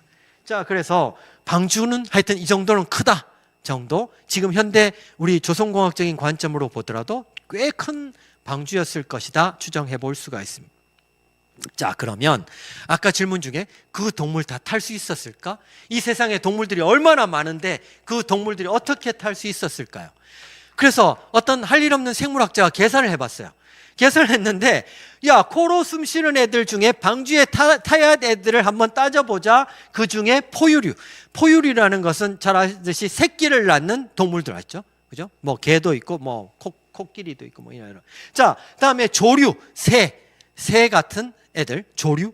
그다음에 양서류, 우리 뭐 개구리와 같은 애들, 뭐 그런 애들, 파충류, 도마뱀 같은 애들, 파충류, 뭐 이렇게 해서 쭉 따져보니까 한 17,600여 종류 정도 된답니다. 아마 반응이, 여기도 여러 반응이 나올 거라고 생각합니다. 이 세상에 동물들이 얼마나 많은데 17,600여 종류밖에 되지 않는다고? 아마 이런 의문들이 아마 생길 거라고 생각합니다. 자, 그래서 제가 말씀드리고 싶은 것은 오늘 마지막에 있는 이겁니다. 성경은 보면 종류대로 태워라 이렇게 돼 있거든요. 근데 우리가 생물책에 배우는 종과 이 성경에 나오는 종류는 다릅니다. 우리가 보통 생물책에 배우고 있는 종, 스피시, 그런 종은 엄청나게 많은 종을 가지고 있죠. 그런데 성경에서 종류대로 태워라 그럴 때 종류는 영어 성경에 보면 the kinds of 이렇게 돼 있습니다. kinds of 이렇게 돼 있는데 그것은 뭔가 하면 큰 덩어리의 바운다리에 있습니다. 자, 개는 개의 바운다리의 하나의 종류입니다. 말은 말의 한 종류입니다. 이렇게 종류라는 거죠. 종속과 목각, 문계 이렇게 있을 때 이 의문 여러 가지 말이 있긴 합니다만 문 정도 정도 되지 않았을까? 아니면 여러 가지 의견들이 있지만은 하여튼 중간 이런 큰 바운다리에 있는 경계에 있는 것들을 우리가 종류라고 얘기합니다. 그래서 그 종류대로 태웠고 그렇기 때문에 종류가 그렇게 우리가 생각하는 만큼 많지 않을 수 있습니다. 자, 노홍수 이후에 그 종류들이 나와서 환경에 적응하면서 다양한 변이를 하는 겁니다. 전이를 하는 겁니다. 그래서 개도 다양한 종들이 만들어지고 그렇게 되는 거죠. 이해하시겠죠? 자, 그렇게 해서 종류대로 태웠다. 그래서 17,600여 종류 정도 탔지 않았을까 합니다. 자, 그러면 그 종류대로 태웠다 그랬는데 정결한 짐승 암수 7씩 탔다 그랬고 암수 한 쌍씩 탔다 그랬는데 자, 그러면 몇 마리 정도가 탔을까를 그냥 대충 추정을 해보면 암수 한 쌍씩만 탔다 그래도 35,000마리 정도 될 것이고 정결한 짐승은 더 탔다 그랬으니까 4, 5만 마리 탔지 않았을까? 그냥 지금 제 짐작입니다. 자, 그러면 그 동물 중엔 코끼리와 공룡 같은 애들도 있고 개미 같은 애들도 있고 그럼 사이즈가 차이가 많죠. 자, 그러면 개들을 평균을 이렇게 내보니까 양 한 마리 정도 사이즈가 될 수 있다고 과학적으로 우리가 보통 얘기를 해볼 수 있습니다. 생물학자들이 얘기하는 게. 그러면 양 몇 마리를 방주에 태울 수 있을까를 계산해 보면 방주에 동물들 다 탈 수 있을까? 알 수 있겠죠. 그래서 무게 기준으로 그걸 계산해 보니까 무게 기준으로는 12만 마리를 태울 수 있습니다. 방주가. 아까 4, 5만 마리 타면 된다 그랬죠. 그러니까 충분히 태울 수 있죠. 근데 배는 무게보다도 더 중요한 게 뭘까요? 부피입니다. 부피. 그죠? 부피 기준으로 방주는 한 7만 마리 정도를 태울 수 있는 공간이 나옵니다. 자, 그럼 아까 4, 5만 마리 태우면 된다 그랬으니까 동물들 충분히 태우고 먹을 것도 싣고 충분한 여유로운 스페이스가 되었을 것이다. 동물들 충분히 탔을 것이다. 만일 딱 맞게 방주를 작게 만들었으면 어떻게 됐다? 코끼리가 뒷발질을 하다가 개구리를 밟았어. 어떻게 될까요? 이 세상의 멸종 그렇게 되지 않겠습니까? 그런 것들을 해소할 수 있는 충분한 여유로운 스페이스가 되었을 것이다. 그래서 오늘 이 슬라이드를 통해서 분명히 여러분들이 아셔야 될 것은 종류와 종입니다. 그죠? 그 개념들을 조금 이해하시면 더 이해가 더 잘 되시리라고 생각합니다. 자, 그러면 그 동물들 8명이서 케어할 수 있었을까? 성경에 이렇게 돼 있죠. 창세기 8장에 보면 하나님이 노아와 그와 함께 방주에 있는 모든 들짐승들과 육축들을 권념하사 특별히 하나님께서 신경을 쓰고 관심을 가지셨다 그랬죠. 그런데 과학적으로 보면 자, 아까 제가 방주의 그 형상들로 한번 아까 보셨으니까 한번 돌아가 보시면 방주에 창문이 있었나요? 특별히 없다 그랬죠. 뒤에 환기구 정도가 있었고 자, 그러면 방주 속은 어두웠을까요? 그죠? 좀 어두웠을 거예요. 그 다음에 바깥에는 비가 내려요. 어둡고 습한 상황이 되면 어떻게 되죠? 졸려요. 잠이 와요. 아마 홍수 기간 내에 많은 시간 동물들은 어떻게 됐을까요? 주무셨을 거예요. 잠을 자니까 어떻게 돼요? 안 먹어요. 안 먹으니까 어떻게 돼요? 안 싸요. 이거 3단 논법 같은데, 그죠? 안 먹고 안 싸니까 노아의 8명의 가족이서 동물들을 충분히 케어하는데 문제가 없었을 것이다. 그렇게 이해할 수 있습니다. 지금도 이런 환경이 되면 동물들은 동변이나 하면을 할 수 있는 능력들을 가지고 있습니다. 그래서 그 홍수 1년 10일 동안에 노아의 가족들이 그 동물들을 충분히 케어할 수 있었을 것이다 라고 추정해 볼 수 있습니다. 이게 제가 안 봤기 때문에 어떻게 할 수 없고 충분히 가능하다는 말씀을 드리는 겁니다. 자, 이제 홍수로 좀 더 들어가 보겠습니다. 시간이 벌써 많이 갔어요. 자, 이제 빨리빨리 우리 가속을 붙여야 돼요. 자, 이 사람 살았을까요? 죽었을까요? 네, 방주에 못 탔으니까 죽었겠죠. 자, 성경에 어떻게 기록했는지 봅시다. 창세기 7장에 보면 이제 홍수가 시작이 돼요. 방주 6장부터 만들으라고 그러고 7장부터 홍수가 시작이 되는데 어떻게 기록되어 있는가 하면, 자, 그날에 뭐라고요? 큰 기품의 샘들이 터지고 하늘에 창문이 열렸다고 돼 있죠. 큰 기품의 샘들이 터졌다는 것은 뭔가 땅에서 엄청난 것이 터져 올라오는 거죠. 그죠? 기품의 샘들이 터지고, 자, 지하수가 터져나오고, 화산이 터져나오고, 조산운동이 일어나고, 이런 엄청난 격변이 일어나는 것들을 얘기하는 겁니다. 그 다음에 하늘의 창문이 열려. 하늘의 창문이 뭐가 있나? 샤시 문을 여나? 위에서 뭐가 쏟아지는. 그 밑에서 터져나오고 위에서 쏟아지는 엄청난 격변, 전 지구적인 격변을 얘기하는 겁니다. 제가 알기로 제 강의가 다음번에 한 번 더 있는 걸 알고 있습니다. 제가 우리 창조과학 관련된 강의가 어떤 것들이 있었는지 모르겠지만 그때 이 지질학적으로 이 대격변의 흔적들을 좀 얘기할 수 있는 시간이 있을지도 모르겠습니다. 이렇게 보면 그 흔적들을 보면 지질학적으로 보더라도 전 지구적인 격변이 일어났다는 증거들이 고스란히 남아 있습니다.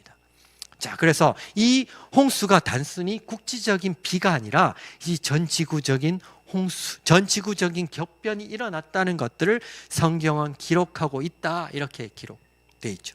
자, 그러면 자, 이제 창세기 1장으로 다시 한번 백을 해보겠습니다. 창세기 1장에 하나님이 물 가운데 궁창을 만들어서 물과 물로 나뉘게 하셨다 그러죠. 그래서 궁창 아래 물과 궁창 위의 물로 나뉘게 하셨다. 이렇게 기록되어 있습니다. 궁창이 뭐죠? 궁창? 궁창은 제가 빨간 걸로 써놨죠. 궁창을 뭐라고요? 하늘이라 칭하니라 이렇게 되어 있습니다. 그런데 우리나라 말로 하늘이라고 되어 있는데 영어 성경에 보면 sky나 heaven이 아니라 expanse라고 되어 있습니다. expanse라는 것은 이 지구를 둘러싸고 있는 대기권입니다. 대기권. 자, 그러면 대기권 아래 물과 대기권 위의 물로 나뉘게 하셨다. 자, 그럼 대기권 아래 물은 뭐죠? 우리 여러분들이 알고 있는 지하수, 강, 바다 이런 거죠. 자, 그럼 대기권 위의 물, 궁창 위의 물은 뭘까요? 잘 몰라요. 잘 몰라요. 왜? 지금 없으니까. 분명히 궁창 아래 물과 궁창 위의 물이 존재했다고 얘기를 하죠. 자, 그러면 궁창 위의 물은 뭘까요? 자, 그러면 궁창 위에 물이 있었으면 어떤 역할을 했겠죠? 그 역할에 의해서 뭔가 어떤 이 지구에 어떤 사건이 일어났을 겁니다. 한번 그것들을 좀 살펴보려고 합니다. 자, 그러면 궁창 위에 물이 존재했다면 어떤 일이 있었을까요? 그것을 우리는 캐노피 이론이라고 얘기합니다. 캐노피라는 게 이 궁창 위에 뭔가 물층이 존재했다는 겁니다. 자, 물층이 존재했는데, 자, 왼쪽 그림에 보시면 초록색과 같이 이 지구를 둘러싸고 있는, 대기권을 둘러싸고 있는 궁창 위에 물이 존재했을 거다. 이렇게 예측할 수 있습니다. 자, 그러면 얘가 어떤 역할을 했을까요? 우주로부터 많은 우주 방사선들이 들어옵니다. 고주파 방사선, 저주파 방사선들이 들어옵니다. 자, 그런데 이 고주파 방사선, 우리 고주파 방사선이라는 건 보통 여러분들이 알고 있는 X선, 그다음에 자외선 뭐 이런 겁니다. 자, 그러면 여러분 자외선, X선 일반적으로 몸에 해로울까요? 이로울까요? 해롭죠. 자외선, 태양을 피하는 방법. 그 노래 나오죠. 비 노래를 부르면 태양을 피하는 방법 이런 것들 하는데 그게 아니라 선크림을 열심히 바르라고 얘기하죠. 그죠? 자, 그런데 그런 X선과 그 다음에 자외선이 우주로부터 오다가 궁창 위의 물층을 만나면서 고주파 방사선들은 우주로 반사돼서 돌아갑니다. 지구에 도달하지 못합니다. 그 다음에 태양열과 같은 저주파 방사선은 이 지구를, 이 물층을 뚫고 지구까지 도달을 합니다. 그러면서 우리 사람에게 영향을 주는 거죠. 자, 태양열이 해서 우리가 정말 이 지구를 아주 반사를 일으켜서 따뜻하게 만들어 버립니다. 그래서 홍수 이전에는 지구가 아주 따뜻했다는 지구입니다. 아주 이상적인 지구입니다. 그래서 창세기를 잘 읽어보시면 보시기에 좋았더라고 기록하죠. 그러면서 창세기 2장에 뭐라고 기록하냐면 보시기에 좋았는데 안개만이 올라와서 온 지면을 적셨더라 이렇게. 그 안개가 여러분 우리 안개 요즘 끼고 스모그 엄청나게 미세먼지 많은데 그런 이런 스모그 이런 안개가 아니라 영어 성경에 보면 스트림이라고 되어 있습니다. 이 땅을 촉촉히 적시는 수증기 이런 거 스트림입니다. 그러니까 이 지구가 아주 이상적인 지구입니다. 아주 따뜻한 지구입니다. 보시기에 좋았다. 그러니까 홍수 이전에는 이 지구가 온실 효과, 그린하우스 이펙트가 나타나는 따뜻한 지구, 아주 아이디얼한 이상적인 지구입니다. 자, 그러니까 홍수 이전에는 이런 지구의 따뜻한 지구, 그러니까 기온 변화가 없었죠. 기온 변화가 없이 따뜻한 지구다 보니까 기온 변화가 없고, 기온 변화가 없으니까 어떻게 돼요? 기압차가 일어나지 않습니다. 그죠? 기압차가 없으니까 어떻게 돼요? 비가 오지 않습니다. 자, 그러니까 어떤 과학자들은 야, 홍수 이전에는 비라는 걸 본 적이 없다라고 얘기합니다. 그죠? 온 지면에 안개만이 올라와서 온 지면을 적셨더라. 따뜻한 지구, 아주 아이디얼한 지구입니다. 그런데 그 비를 본 적이 없는데 그 사람들에게 야, 내 홍수로 물로 심판할 거니까 니네들 방주 만들어. 이해되겠습니까? 만일 비를 봤다 그러면 아마 노아 가족 이외에도 많은 사람들이 거기에 합류했을 거예요. 자, 그런데 사람들이 물로 홍수라는 것을 상상할 수도 없는 거죠. 비라는 걸 본 적이 없는데 무슨 물이야? 자, 그러니까 이 노아가 대단한 거죠. 자, 그런데 이 궁창 위의 물이 한 방에 쏟아지는 겁니다. 기품에 샘들이 터지고 하늘에 창이 열리면서 엄청난 지하수가 터져나오고 화산이 터져나오고 멘틀에 있는 물들이 터져나오고 그 다음에 하늘에 있는 이런 물층에 있는 물들이 그냥 쏟아지는 겁니다. 이게 국지적인 비가 아니라 그러기 때문에 전 지구적인 홍수가 한 방에 일어날 수 있다는 겁니다. 이해하시겠죠? 자, 그러니까 오른쪽과 같이 지금 지구의 모습을 갖추는 겁니다. 자, 지금 지구 모습을 갖추고 나니까 어떻게 돼요? 우주로부터 우주 방사선들이 그대로 들어오죠. 어떻게 될까요? 자, 자외선 X선들이 그대로 우리 몸에 들어옵니다. 자, 얘들은 어떤 역할을 할까요? 피부 노화를 액셀러레이션 합니다. 피부암을 발생시킵니다. 우리의 호흡 조건을 바뀌게 해서 우리 모든 사람의 수명을 어떻게 될까요? 급격하게 줄여나갑니다. 사람 수명이 노아 홍수 이후에 급격하게 줄어들기 시작합니다. 이런 이유, 여러 가지 이유에 의해서. 자, 그러면 제가 얘기하는 게 아니라 성경이 그렇게 얘기하고 있습니다. 이 성경에 나타나는 사람 수명 그래프를 보시면 명확하게 나타납니다. 아담이 930세를 살았고 가장 오래 산 무두셀라를 969세의 기점으로 해서 또 노아가 950세를 살았는데 노아 시대 이후에 사람의 수명이 급격하게 줄어들네요. 그죠? 급격하게 줄어들죠. 모세가 120세, 다윗이 우리와 비슷한 70세를 살았어요. 자, 이걸 어떻게 해석할까요? 자, 노아 시대 이후에 수명이 급격하게 줄어들어요. 우리가 과학의 실험을 해서 그래프를 그리는데 갑자기 확 꺾여요. 그걸 우리는 뭐라고 부른다? 변곡점, 크리티컬 포인트라고 얘기해요. 그 변곡점은 뭔가 하면 외부에서 엄청난 사건이 있는 거예요. 외력이 있는 거죠. 그 사건에 의해서 이 뭔가 큰 변화가 일어나는 거죠. 그래프가 이렇게 갑자기 꺾였다는 것은 노아 시대에 뭔가 큰 사건, 이벤트가 있었다는 얘기죠. 무슨 사건? 노아 시대 대홍수 사건이 있어요. 역사적인 사건이었다는 것을 이 얘기하는 거죠. 그래서 성경의 장수 기록이 충분히 가능해요. 과거에는 정말 오래 살 수 있었다는 거죠. 그런데 노아 홍수 이후에 사람의 수명은 급격하게 줄어들었다는 것들을 얘기하고, 자, 그러면 그것들을 한번 해석해 볼까요? 자, 어떤 사람들은 궁창위의 물, 캐노피 이론을 부정하는 사람이, 이 캐노피 이론, 궁창위에 물층이 존재한다면 대기압이 너무 높아져가지고 사람이나 이런 생물들이 호흡하거나 생활하기 어려웠을 것이다. 그래서 캐노피 이론은 잘못된 거야. 이렇게 얘기하는 사람도 있습니다. 그래서 의견이 분분합니다. 어찌됐든, 자, 그것들 그러면 차치하고라도, 자, 홍수 이후에 노아의 8명이 살아남아서 8명으로부터 모든 지구의 인류가 퍼져나갑니다. 그 말은 유전자 병목 현상이 일어납니다. 유전자 병목 현상에 의해서 많은 생물학자가 그러면 사람의 수명이 급격하게 줄어들 수 있다고 얘기합니다. 그죠? 그 다음에 큰 기품의 샘들이 터지면서 엄청난 지구의 멘틀에 있는 방사능이 누출됩니다. 그러면서 사람의 수명은 급격하게 줄어들 수 있다고 얘기합니다. 자, 무슨 말인가 하면 팩트를 체크해 보면, 자, 그러면 뭐 캐노피 이론이 맞든 이런 이론이 맞든 어찌 됐든 간에 노아 시대 대홍수 사건은 역사적인 사건이었다, 대격변이었다는 것들을 분명히 알 수 있습니다. 오늘 그 얘기를 하고 싶은 겁니다. 노아 시대 대홍수 사건이 역사적인 사건이었고, 이게 만일 우리가 받아들여지지 않는다 그러면 노아 방주라는 것은 의미가 없으니까요. 분명히 역사적인 사건이었다는 것들을 말씀을 드리는 겁니다. 자, 이런 증거들을 찾아볼까? 남극에서 아열대 따뜻한 지방에 사는 생물들의 화석이 막 발견돼요. 그 말은 무슨 말인가 하면 과거에 남극은 따뜻했다, 추웠다? 따뜻했다는 얘기죠. 전 지구가 따뜻했다는 뭐 이런 것들이 너무 많습니다. 자, 그다음에 극지방에서 공룡 화석들이 발견돼요. 공룡은 따뜻한 데 살아야 되는데 극지방에서 막 발견돼요. 자, 내셔널 지오그래피 뉴스에도 보면 그러면 과거에 이 극지방이 따뜻했다는 거죠. 이런 증거들이 너무 많은 거죠.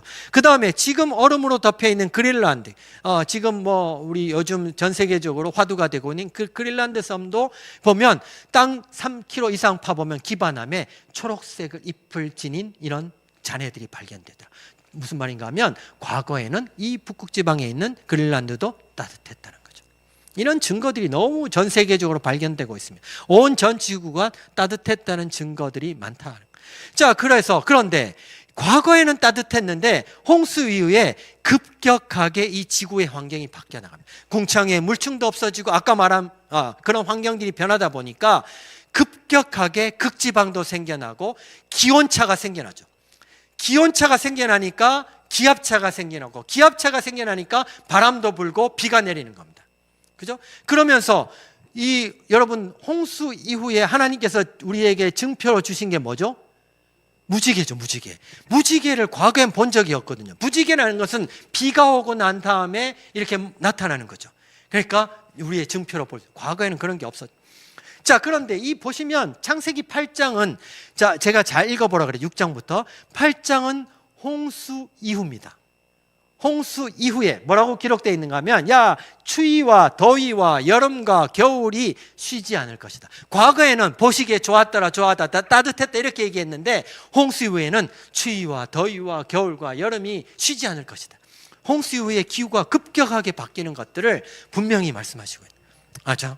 아시겠죠? 자, 그래서 이렇게 극지방이 생겨나고 적도지방도 생겨나고 이런 엄청난 변화가 생겨나는 겁니다. 자, 그러면 물은 어디서부터 와서 어디로 갔어요? 이 전지구적인 홍수가 정말 가능했을까? 자, 이런 성경에 보면 천하의 높은 산을 덮고도 15규빗이나 더 올랐다. 자, 15규빗이라는, 아까 45cm가 1규빗이라고 그랬으니까 15규빗은 엄청난 물이 천하의 높은 산을 덮고도 더 올라갔다 그랬으니까 이 물이 그냥 국지적인 비에 의해서 가능했을까? 한번 생각해 보자는 거죠. 자, 그래서 과학자들이 계산을 해봤어요. 이 지구상에 있는 수증기를 다 모아서 비로 내리면 지표면에서 얼마나 수면이 올라갈까 해보니까 기껏해야 5cm 정도 올라가요. 그런데 성경은 천하의 높은 산을 덮고도 얼마? 15규빗이 더 올라갔다 그랬어요. 자, 그러면 그냥 비가 의해서 이 물이 안 되는 거죠. 그죠? 엄청난 지하수가 터져 나오고 위에 물에서 물이 쏟아져야 되는 거죠. 쏟아져야 되는 거죠. 그래서 이런 성경의 기록이 분명히 사실이었을 것이다. 이렇게 기록. 자, 물은 어디로 갔을까요? 지금 지구의 70%가 바다입니다. 바다고 바다의 평균 깊이가 4,000m 정도 된다고 하는데, 자, 보면 이 물을 이제 가두기 시작하는 겁니다.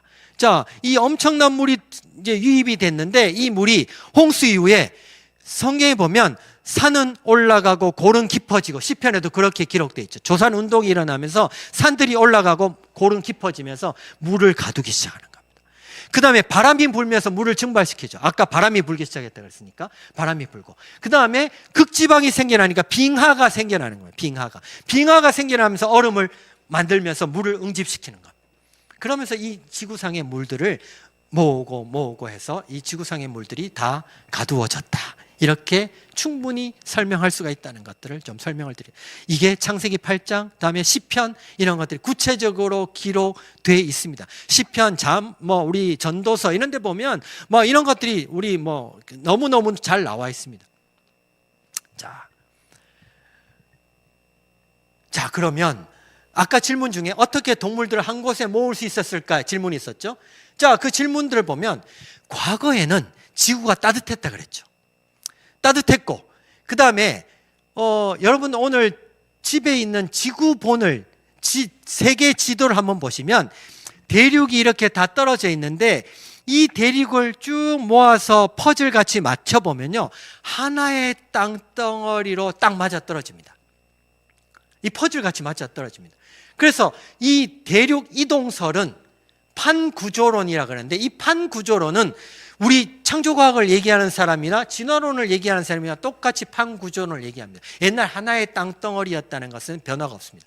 그런데 진화론에서는 아까 동일 과정설을 얘기하니까 이 땅덩어리들이 지금 대륙이 지금도 이동하고 있는데, 움직이고 있는데, 이 이동 속도를 보니까 과거의 하나의 땅덩어리에서 이런 대륙이 이렇게 형성되기까지는 오랜 시간이 형성되었을 거야, 이렇게 얘기하는 거예요. 그런데 창조과학에서는 대격변에서는 이 노아시대 대홍수 엄청난 지구적인 격변이 있을 때 그 짧은 시간에 이 대륙이 급격하게 이동을 했을 거야, 이렇게 얘기합니다. 그렇죠? 자, 그러니까 지금 나타나는 것은 이렇게 똑같이 나타나지만 그 형성 과정은 전혀 다르게 해석하는 겁니다. 이거에 대해서는 나중에 혹시 기회가 되면 한 번 더 설명드리도록 하겠습니다. 자, 옛날에 하나의 땅덩어리였다는 것은 변화가 없습니다. 하나의 땅덩어리였고, 아까 지구가 아주 따뜻한 아이디어란 이상적인 지구였으니까 동물들이 잘 모여 살았을 거예요. 이동도 자유로웠을 거예요. 그러니까 동물들을 모으는데 너무나 용이했을 것이다. 만약 그렇지 않았더라면 이 대륙의 애들을 저 대륙으로 보내려고 하면 어떻게 될까요? 막 수영 대회를 시켜가지고 막 모아야 되겠죠? 어려웠을 겁니다. 이동이 충분히 자유로웠고, 동물들을 하나님께서 특별히 노아에게 나오게 하셨고, 노아는 방주에 잘 들였을 것이다. 그렇게 생각해 볼 수 있습니다. 자, 그러면 오늘 제가 홍수 사건이 역사적인 홍수가 어떤 의미를 가지고 있고 그 홍수 사건이 역사적인 사건이었다는 것들을 좀 설명을 드렸습니다. 자, 그러면 그때 하나님의 지혜와 설계로 만들어진 방주가 안전했을까? 제가 지금 거의 1시간을 조금 더 쓴 것 같은데요.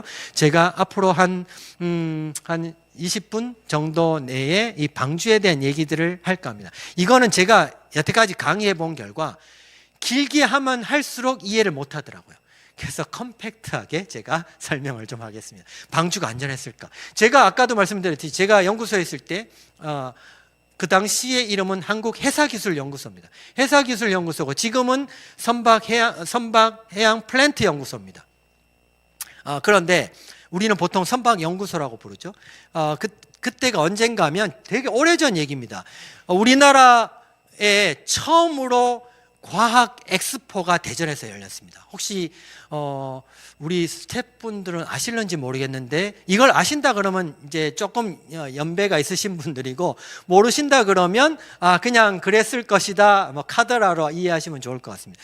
1993년에 우리나라 최초로 대전 엑스포가, 과학 엑스포가 우리나라에서 열렸습니다. 창조과학회에서 과학 엑스포가 열리는데, 창조과학회에서 이 과학 엑스포에 맞추어서 성경에 있는 노아 방주를 실제로 우리가 만들어서 실험을 해서 과학적으로 이게 사실임을 좀 증명해 보고 싶다. 그래서 저희 연구소에 프로젝트를 의뢰하셨습니다. 정말 역사적인 사건일까? 우리 프로젝트를 의뢰하셨을 때 제가 모태신앙이고, 저는 아까 얘기했지 않습니까? 그런데 이거 정말 우리 연구소는 지금 우리나라 조선이 세계 1위라고 아시지 않습니까? 이 현대중공업, 다음에 한화오션, 삼성중공업 이런 데서 배가 만들어지기 전에 많은 배들이 우리 연구소에서 모델을 만들어서 성능을 실험하고 인증이 되면 설계가 돼서 만들어집니다. 그러니까 저희 연구소에 있던 실험시설은 세계적으로 공인된 실험시설입니다. 여기서 안전하다고 하면 다 인증이 됩니다. 그런데 저희 연구소에서 프로젝트를 해야 되는데, 창조과학회에서 왜 우리 연구소에다 프로젝트를 의뢰하지? 성경에 나와 있는 얘기들을 저도 이해하지 못했습니다.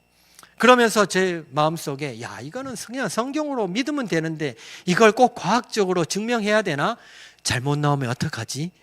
어떻게 실험해야 되지? 그런 갈등들이 하루에도 12번도 왔다 갔다 해요. 그래서 저희가 이제 액수를 밝히기는 좀 그렇습니다만은, 창조과학회라는 데가, 제가 회장도 했다 그랬지 않습니까? 창조과학회는 저희 강의하는 강사료 뭐 이런 자비량으로 운영되는 데기 후원으로 운영되는 데기 때문에 이런 뭐 기금을 마련하는 게 쉽지 않습니다. 다 후원으로 돼. 그래서 저희 프로젝트를 의뢰하셨을 때 아마 분명히 있는 돈 없는 돈 다 끌어모아서 저희한테 의뢰하셨을 겁니다. 근데 저희 연구소는 그 프로젝트 금액이 너무 적어서 어떻게 할 수가 없습니다. 저희 연구소의 프로젝트 기본 단위는 수억, 수십억 이렇습니다. 그런데 몇 천만 원 정도로 이것들을 운영하는데 쉽지 않습니다. 자, 그래서 어떻게 했는가 하면 창조과학 우리 크리스찬 믿는 과학자들 크리스찬 박사들 모여봐. 그래서 저희 팀들이 만들어졌죠. 자, 그러면 낮에는 연구소 일을 해야 되니까 여기서 인건비 차지를 못합니다.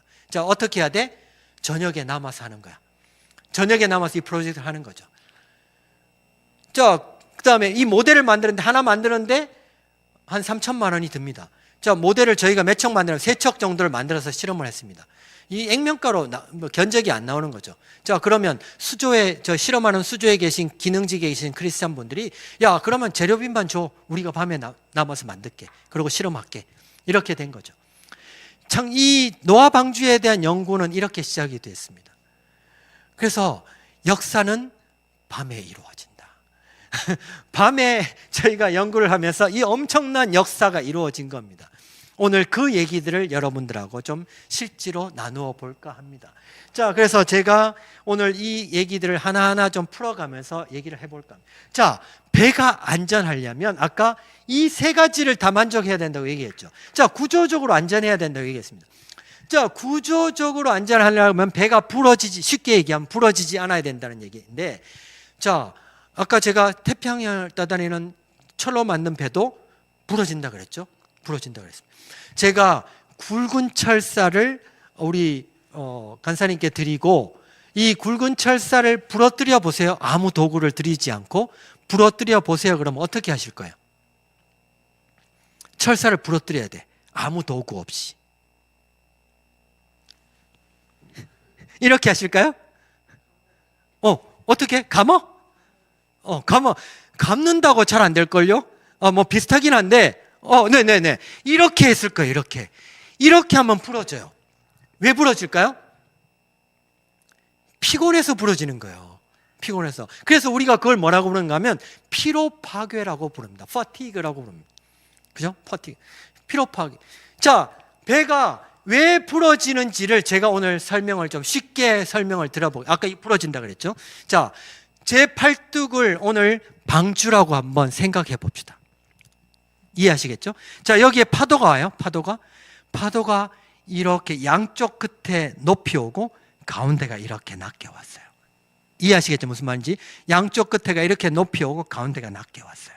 자, 그러면 파도가 높이 온 곳, 많이 잠긴 곳은 부력이 셀까요? 중력이 셀까요?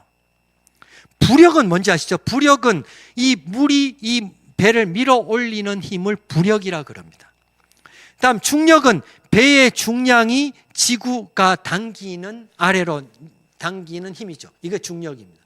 자, 그러면 많이 잠긴 곳은 부력이 셀까요? 중력이 셀까요? 답을 다 얘기해 드렸는데 뭐라고요? 부력이 셀까요? 중력이 셀까요? 이런데도 중력이라고 얘기하시면 곤란합니다. 네, 부력이 셉니다. 부력이. 많이 잠긴 곳은 부력이 셉니다. 자, 그래서 우리 아르키메데스 원리가 이제 여기서 나옵니다. 물에 잠긴 부피가 밀어 올리는 힘이 부력입니다. 그래서 여러분 수영하실 때 물에 뜨시려고 자꾸만 물에 뜨려고 머리를 쳐드는 순간 어떻게 돼요? 가라앉아요. 물에 뜨시려면 머리를 물에 어떻게 해야 된다? 쳐 박아야 돼요. 아주 성경적이죠. 죽고자 하면 살고 살고자 하면 죽는 거야. 그죠? 물에 많이 잠겨야지 물에 뜨는 거야. 자, 그래서 많이 잠긴 곳은 부력이 세요. 무슨 말인지 알겠죠? 그 다음에 가운데 적게 잠긴 곳은 중력이 세요. 어떻게 될까요? 이렇게 돼요. 이해하시겠죠? 이렇게 돼요. 배가 이렇게 꺾인다는 얘기죠. 자, 파도가 반대로 왔어요. 양쪽 끝이 낮게 오고 가운데가 높게 왔어요. 그러면 가운데는 뭐가 세? 부력이 세고 양쪽은 중력이 세요. 어떻게 돼요? 이런 호깅 현상, 이건 세깅 현상, 호깅 현상이라 그러는데 이런 것들이 반복이 돼요. 파도가 계속 왔다 갔다 하면서. 그러면 배가 운항을 하면서, 방주가 운항을 하면서 이런 운동을 반복한대요. 어떻게 된다 그랬죠? 풀어지잖아. 피로 파괴가 일어나요. 어디에? 가운데 아래. 가운데 아래가 제일 부러질 가능성이 높아요. 이게 바로 구조적인 안전이에요. 이보다 더 쉽게 설명드릴 수는 없어요. 자, 이해하시겠죠? 이게 구조적인 안전이에요. 자, 이걸 만족하느냐가 첫 번째 키예요. 자, 다음 두 번째, 보건성. 보건성은 아까 뭐가 중요하다? 무게 중심이 아래에 있어야 돼. 그래서 무거운 애들이 아래 탔다 그랬죠. 그죠? 무게 중심이 아래에 있어야 되는데, 자, 이렇게 타서 일어나려고 하는 성질인데, 물론 무게 중심이 중요하긴 한데, 또 하나 치명적인 역할을 하는 게 있습니다. 뭔가 하면 방주의 모양입니다. 모양. 보건성 측면에서 좋은 모양은 뭔가 하면 이 육면체입니다. 육면체. 아까 방주의 모양 보셨죠? 긴 직사각형. 자, 이런 애들은 파도를 치면 절대로 넘어지기가 쉽지 않습니다. 그러니까 보건성은 방주의 모양으로 볼 때 안전하게 돼 있습니다. 자, 그런데 보건성 측면에서 가장 안전한 모양은 뭔가 하면 정육면체입니다. 정육면체. 여러분, 정육면체의 모양을 만들어 놓고 막 파도 치면요, 절대로 넘어지지 않습니다. 넘어지진 않는데 어떤 현상이 일어나는가 하면 제자리에서 뱅글뱅글 돕니다. 안에 탄 사람이 어떻게 될까요? 돌아버립니다. 그러면 어떻게 될까요? 방주의 문을 여니까 모두 다 돌았더라. 돌아가지고 죽습니다. 이건 돈 정도가 아니라 죽어버리는 거죠. 이해하시겠죠? 자, 그러면 안 돌고 보건성 좋으려면 어떻게 될까요? 아까 방주의 모양 같이 직육면체, 이게 가장 좋은.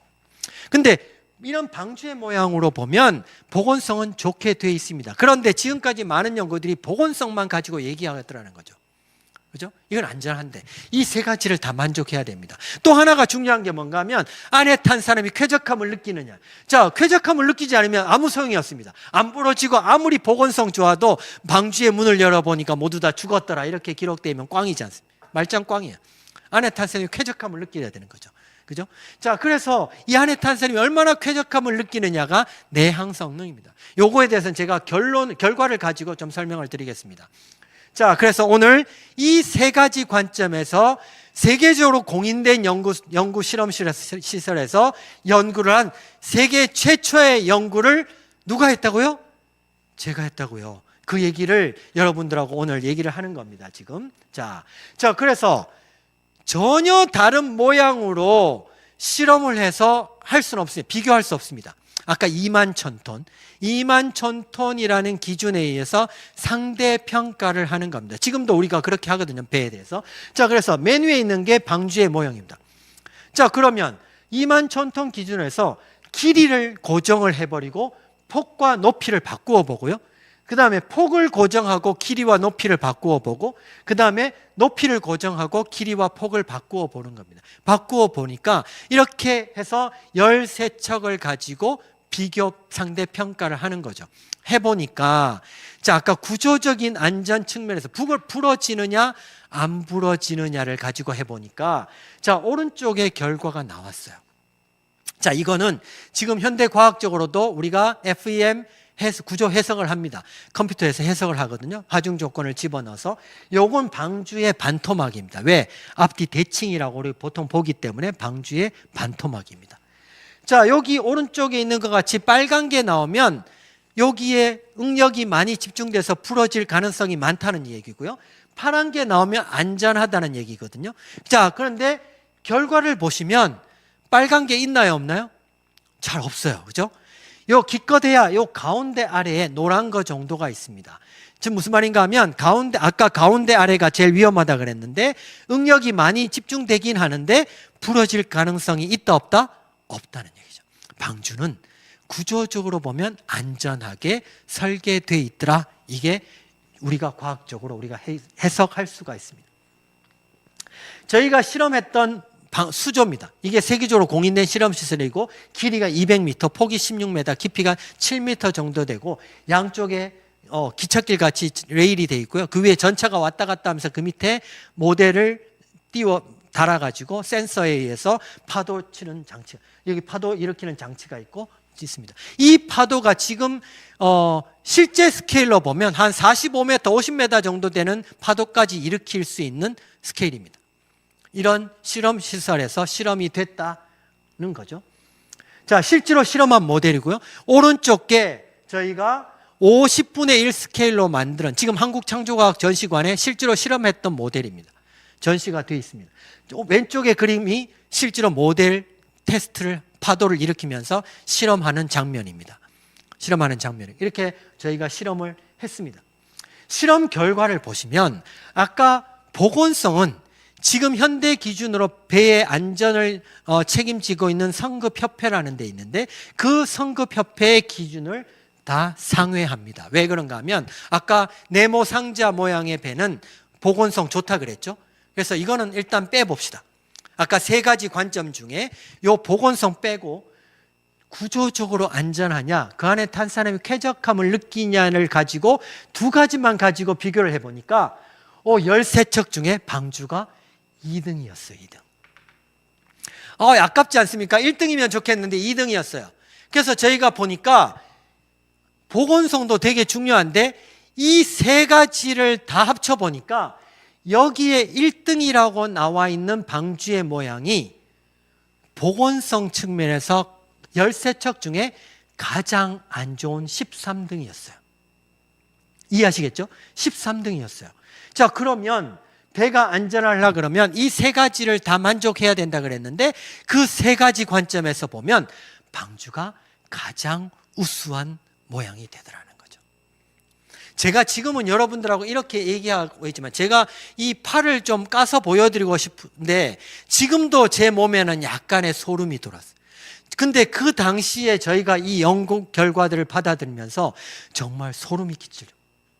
하나님의 지혜와 설계로 만들어진 노아의 방주가 과학적으로 보더라도 얼마나 안전하게 설계되었는지를 볼 수 있었다.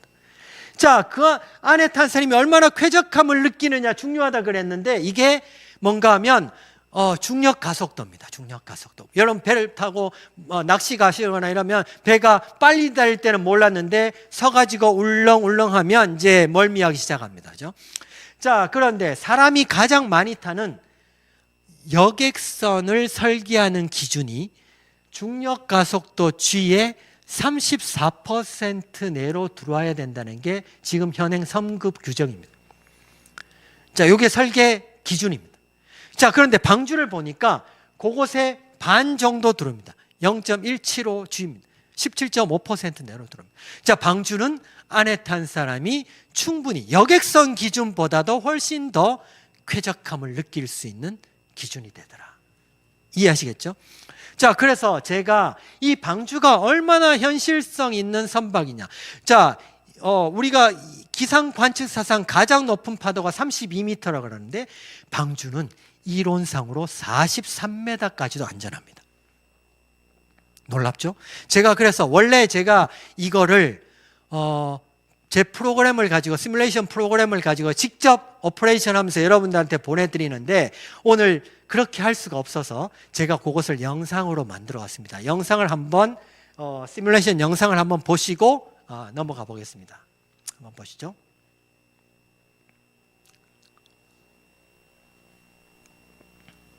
네.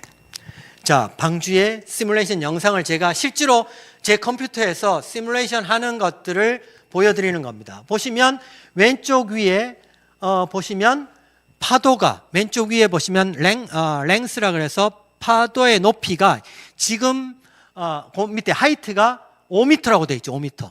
파고가 5m입니다.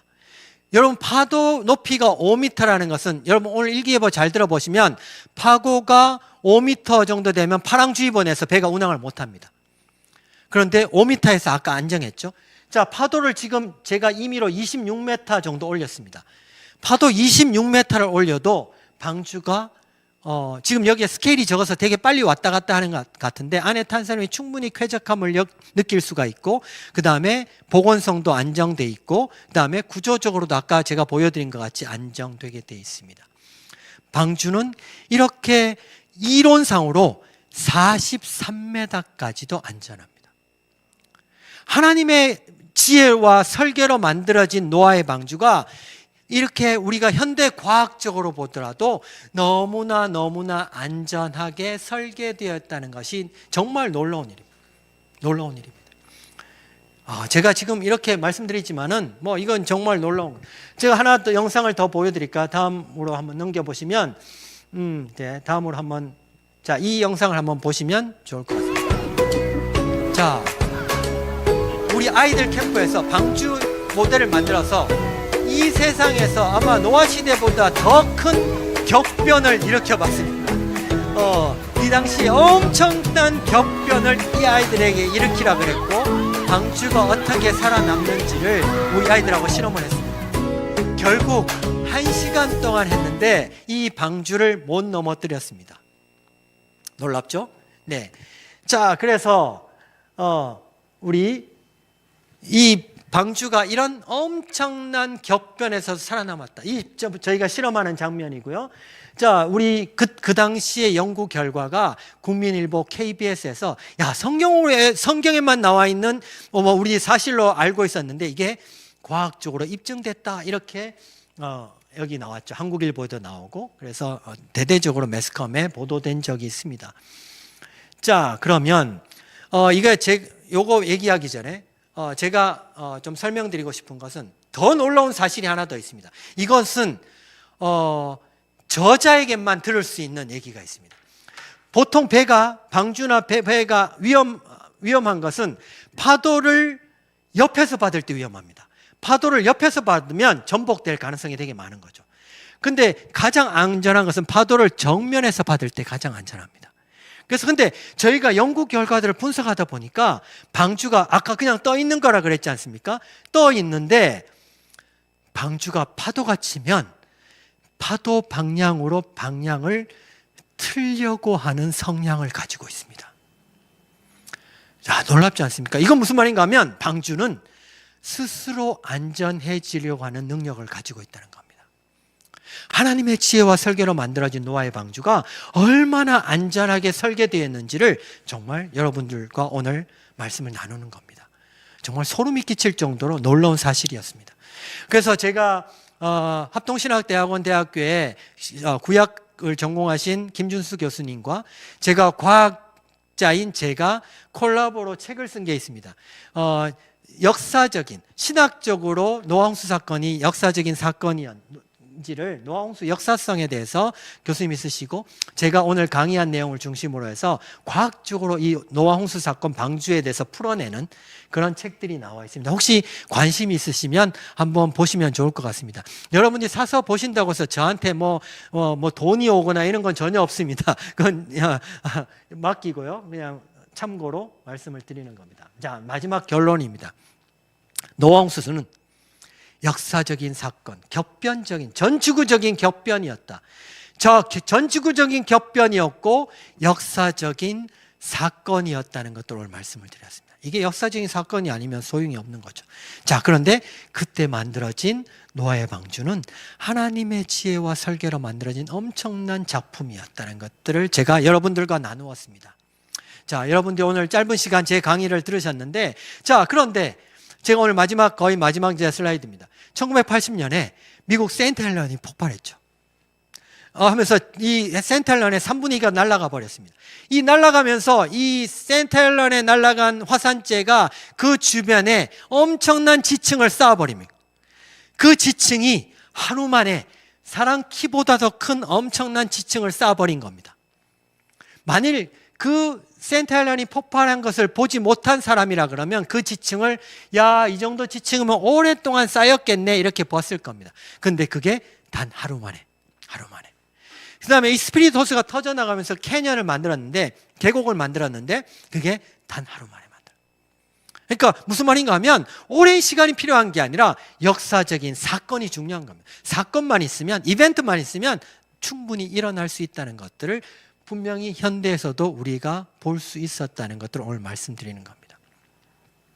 저는 마지막으로 짧게 말씀드리고 싶은 것은 창조과학은 지식의 문제가 아닙니다. 제가 오늘 많은 지식적인 얘기를 했지만은 중요한 것은 창조주 하나님이 내 삶으로 선포되는 겁니다. 그죠? 우리 창세기를 읽으면서 그게 과학적인 사실이냐 아니냐를 중요한 게 아니라 아까 믿음이 중요하다고 그랬는데 창조주 하나님이 믿음으로 선포되는 겁니다.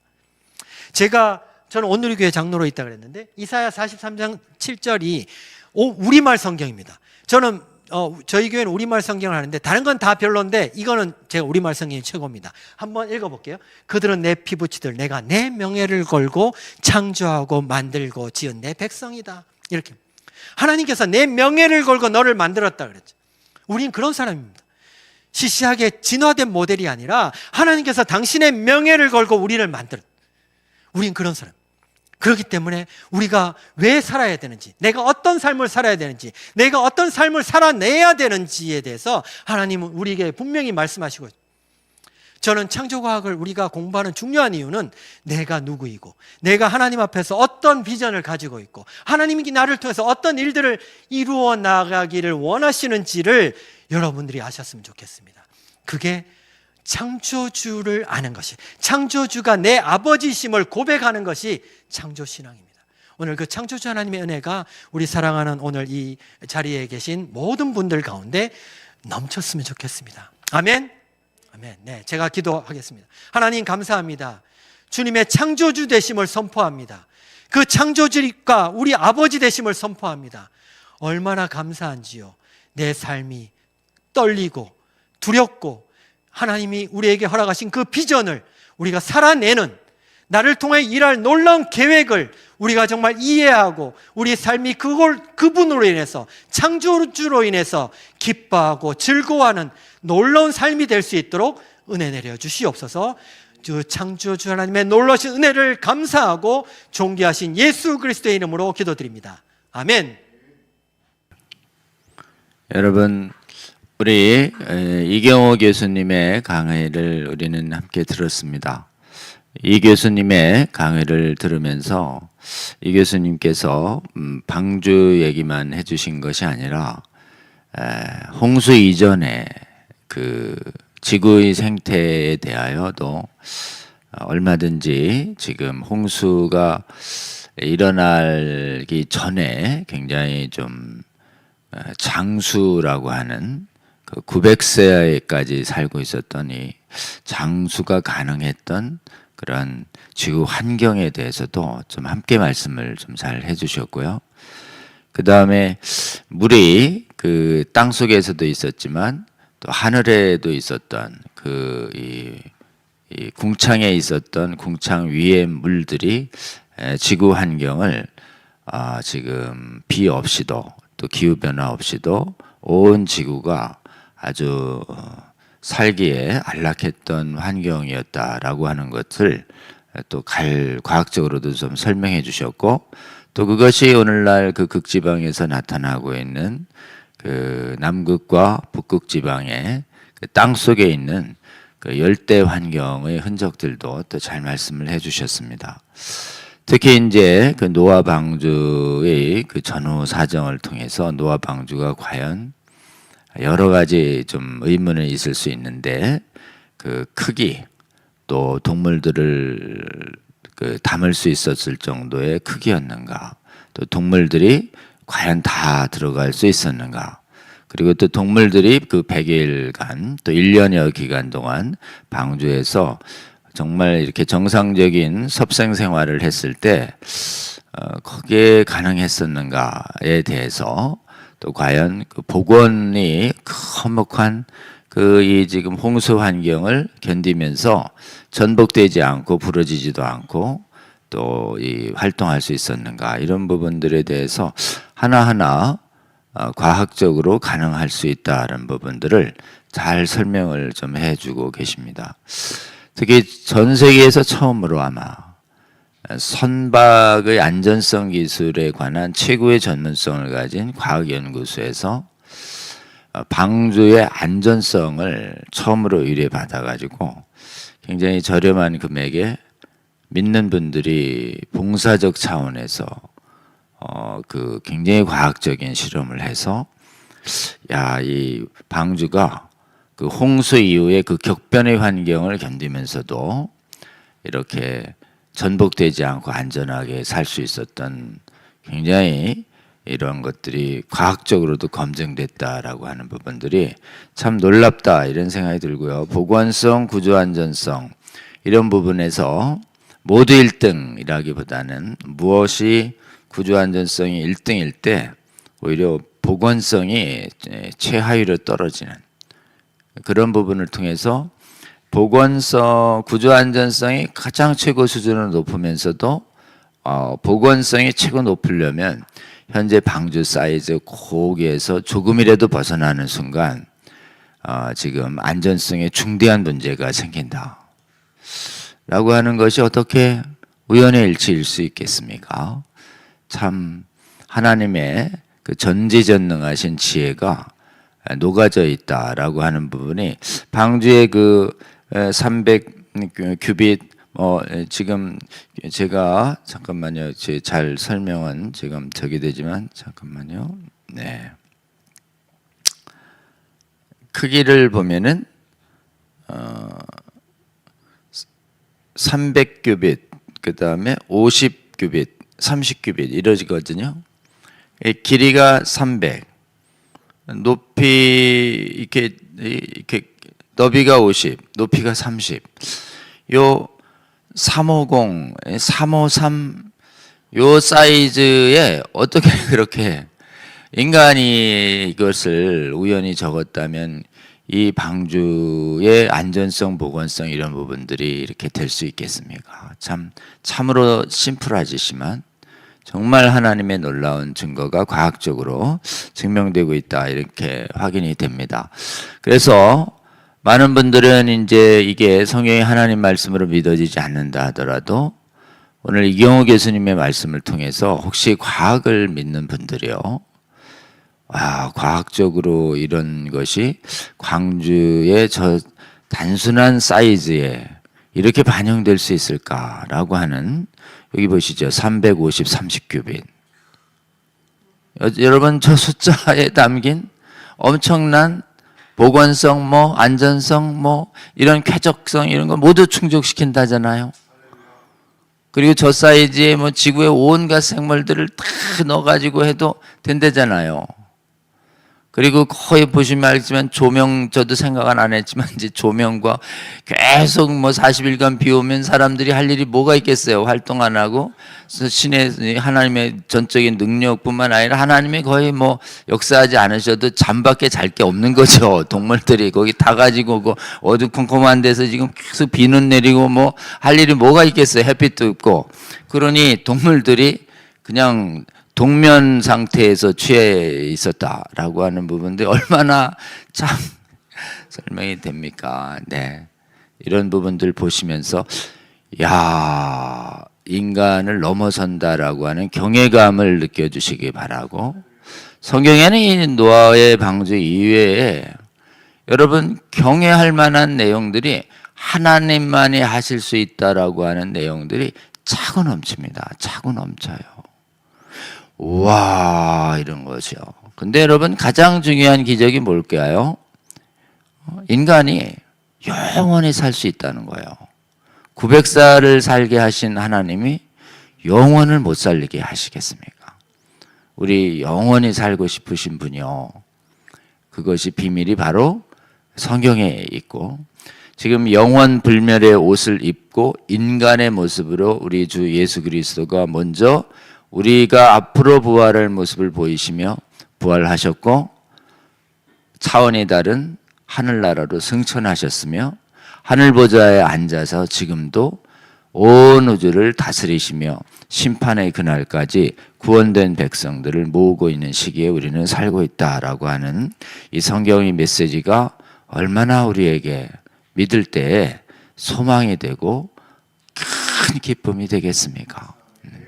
여러분 우리 창조과학을 통해서 과학적 사고를 우상화하고 있는 사람들에게 이 성경의 이 과학성이 놀랍도록 증명되면서 과학만으로 맹신하지 않는, 과학으로도 하나님만이 하실 수 있는 능력들을 입증하시는 이 창조과학 활동들 관심 가져주시고 여러분 적극적으로 참여해 주시고, 또 이 창조과학적 지식과 가르침 능력이 과학을 맹신하는 많은 사람들이 하여금 성경의 말씀의 진리 앞으로 인도하는 귀한 통로가 될 수 있다.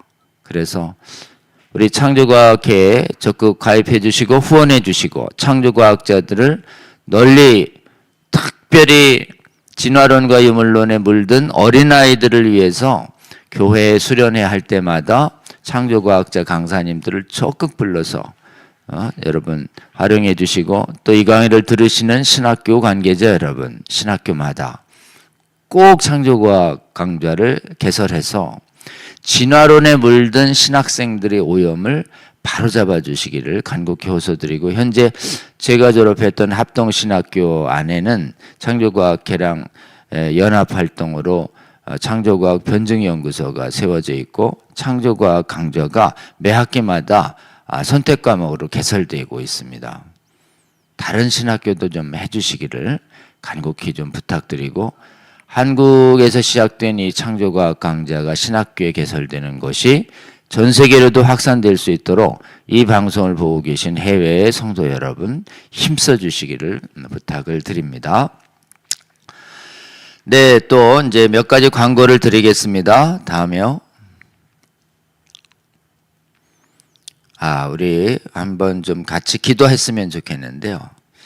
우리 이경우 교수님의 사역과 창조과학회 활동을 통해서 하나님께서 정말 과학적인 우상에 사로잡힌 사람들에게 하나님의 신비로움과 말씀의 신성을, 하나님의 말씀의 신적 권위를 잘 증명하는 일에 우리 이 교수님 활용하여 주시고, 창조과학회를 활용해 주시고, 창조과학회 활동들이 교회마다 강의가 개설되게 하시고, 신학교마다 개설되게 하시고, 선교지마다 개설될 수 있도록 우리 주여 한번 부르고 잠깐 기도하는 시간 갖겠습니다. 주여 하나님, 오늘 이경희 교수님 강의를 통해서 얼마나 창조과학을 하나님 성경의 말씀에 하나님 놀라운 하나님만이 보여줄 수 있는 능력을 보여주신 것이고, 하나님 분명히 드러낼 수 있도록 귀한 강의를 하게 하여 주신 것을 감사드립니다.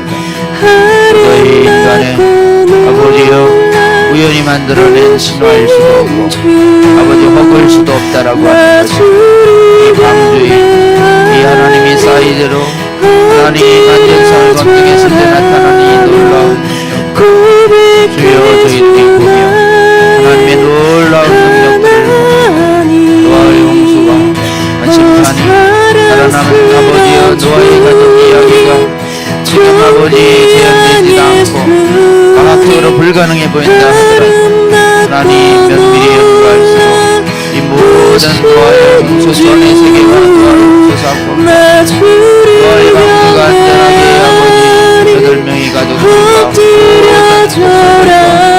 아버지 보존하는 데 유용하게 쓰였다라고 하는 것을 과학적으로 드러나게 하여 특별히 한국의 아버지여 최고의 기술을 가진 아버지 조선연구소에서 아버지여 가장 권위 있게 하나님의 방주의 안전성을 과학성을 증언하시기 위해서 예수님의 강의를 하나님 귀하게 사용하여 주시고, 창조과학회 아버지 역사하시는 과학자들의 노고와 수고를 기억하게 하여 주시고, 이들의 강연과 활동을 통해서 하나님 과학의 우상에 빠져있는 많은 사람들에게 성경의 하나님 말씀이 얼마나 놀랍고 경이로운 것인지 깨닫게 하여 주셔서 이 말씀의 권위 앞에, 말씀의 하나님의 능력 앞에 하나님 인간의 부족함을 내려놓고 교만함을 내려놓고 믿어 불국 순종하게 하여 주셔서 주여 성경 말씀을 믿는 자들마다 우리 주 예수 그리스도의 아버지 십자가의 대속과 부활을 통해서 주신 구원의 소망, 영생의 소망을 아버지여 믿음으로 받고 확신하며 놀라운 하나님 나라의 백성들이 될 수 있는 하시기를 원하옵나이다. 주여 창조과 학교 활동을 하나님께서 동행하시며 기름 부어주시고 신학교와 대학교와 선교지마다 아버지 창조과 학교가 개설되고 배우고 전하게 함으로써 하나님 교회를 회복시키고 선교지를 회복시키고 신학교를 회복시키는데 우리 창조과 학교에 귀하게 사용하여 주시기를 원하고 이 일에 헌신하시는 우리 경호 교수님의 가정과 사역 위에도 하나님 동행하시며 하늘의 강력으로 채워주시옵소서.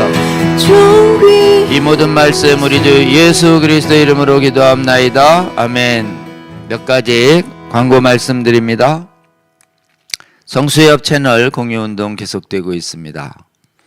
네, 저의 구독자 수가 많은 교회들도 있고요, 또 적은 교회들도 있습니다.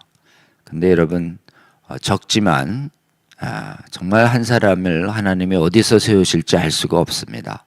그래서 여러분이 섬기시는 교회와 단체가 조회수가 또는 구독자가 적다고 하지 마시고 계속 신청해 주셔서 이 성수협 강의를 널리 시청하고 공유하는 일에 동참해 주시기를 부탁드립니다. 다음이요. 네, 우리 이제 성수협 강의를 마친 다음엔 구체적으로 성경을 어떻게 배워서 어떻게 가르치고 전도할 것인가에 대해서 성경 비평이 성경 학습과 성경 공부를 여러 가지로 주제에서 벗어나게 했기 때문에 지금 성수협의 취지를 구현하는 성경 배우기와 성경 가르치기를 성순성 강의가 시작되고 있습니다. 저희 목표는 천국복음 전도자를 예수님처럼 사도들처럼 세워드리는 성경 공부라고 할 수 있습니다. 42회인데요. 마태복음으로는 7번째이고 이 주제는 오늘 주제는 그리스도를 가리키는 모든 성경이 이루어짐을 가르쳐라 이렇게 되어 있는데요. 예수님이 승천하시기 전에 부활하고 나서 내가 너희들 제자들에게 가리킨 것이 이것이다 라고 말씀해 주신 부분이고요. 특별히 그리스도에 대해서 기록된 다윗의 후손 언약 성취라고 하는 것이 마태복음 1장 1절의 핵심 교훈입니다. 이 두 가지 통해서 우리가 성경을 읽고 배울 때 어디에 초점을 맞출 것인가, 그리고 예수님이 사용하신 그리스도, 저자가 읽기를 바라는 이 예수 그리스도라고 하는 이 말 속에 담은 함의가 구약과 신약에서 어떻게 읽어야 하는가라고 하는 부분을 우리가 상식적으로 알고 있는 부분을 성경에 비추어서 좀 바로잡고자 하는 강의를 하려고 합니다. 오늘 6시 30분부터 진행되는데요. 참여해 주시고요.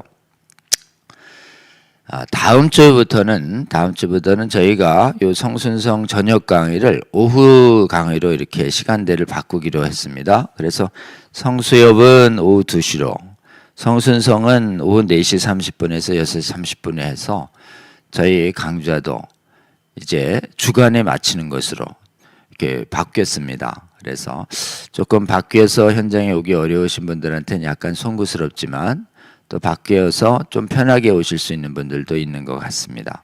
요 일정이 다음 주부터 바뀐다는 걸 조금 주의해 주시기 바랍니다. 다음이요.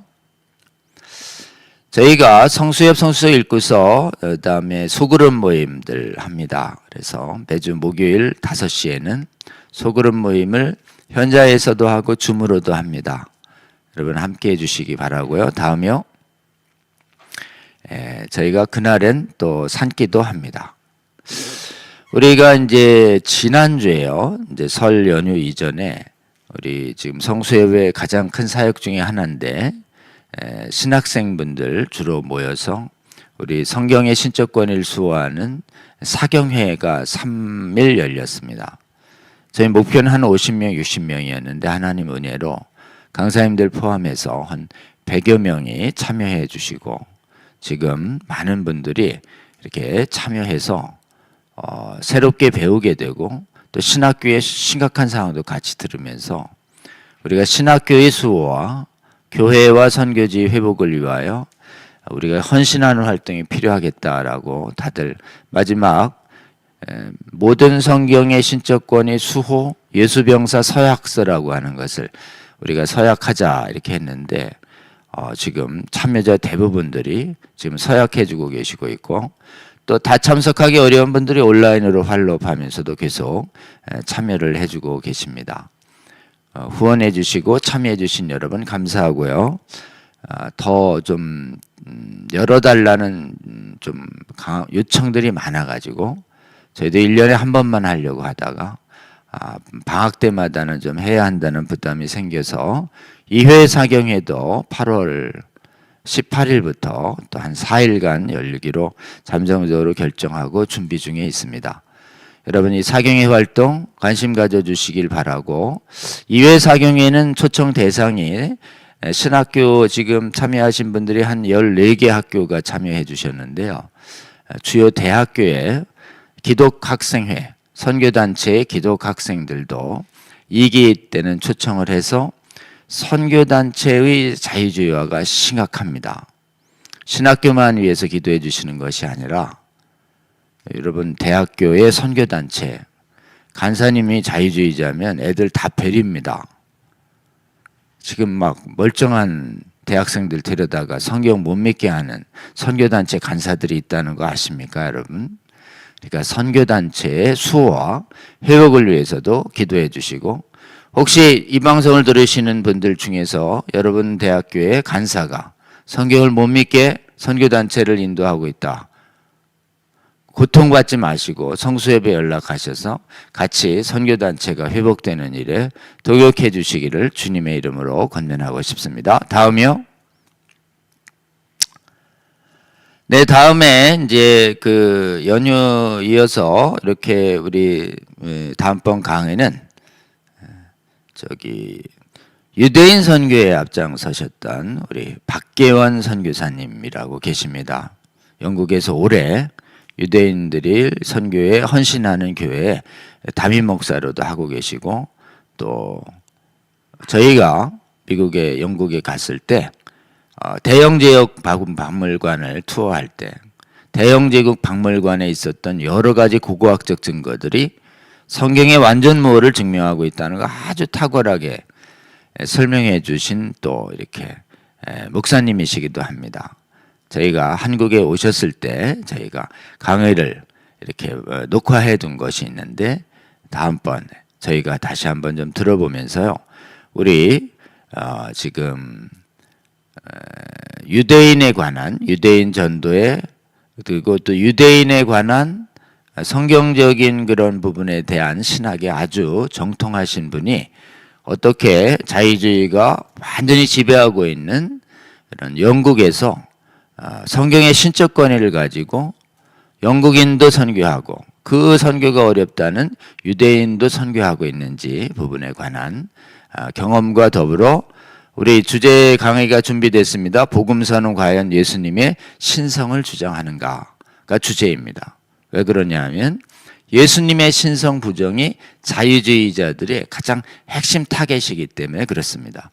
우리 박계원 선교사님 강의 준비되어 있으니까요. 다음번 위에 기도해 주시고 다음번 강의도 꼭 함께 동참해 주시길 바랍니다. 네, 오늘 67회 강의 긴 시간 여러분 함께 해주셔서 감사하고 저도 아주 재미있고 또 흥미있고 또 감동 있게 들은 우리 이경호 교수님의 강의 다시 한번 시청해 주시고 특별히 여러분 정말 노아 홍수의 이야기에 의심 갖고 있는 젊은 분들에게 널리 전하는데 함께 해주시기 바랍니다. 긴 시간 함께 해주신 여러분 감사합니다. 그럼 다음 주에 뵙겠습니다. 고맙습니다.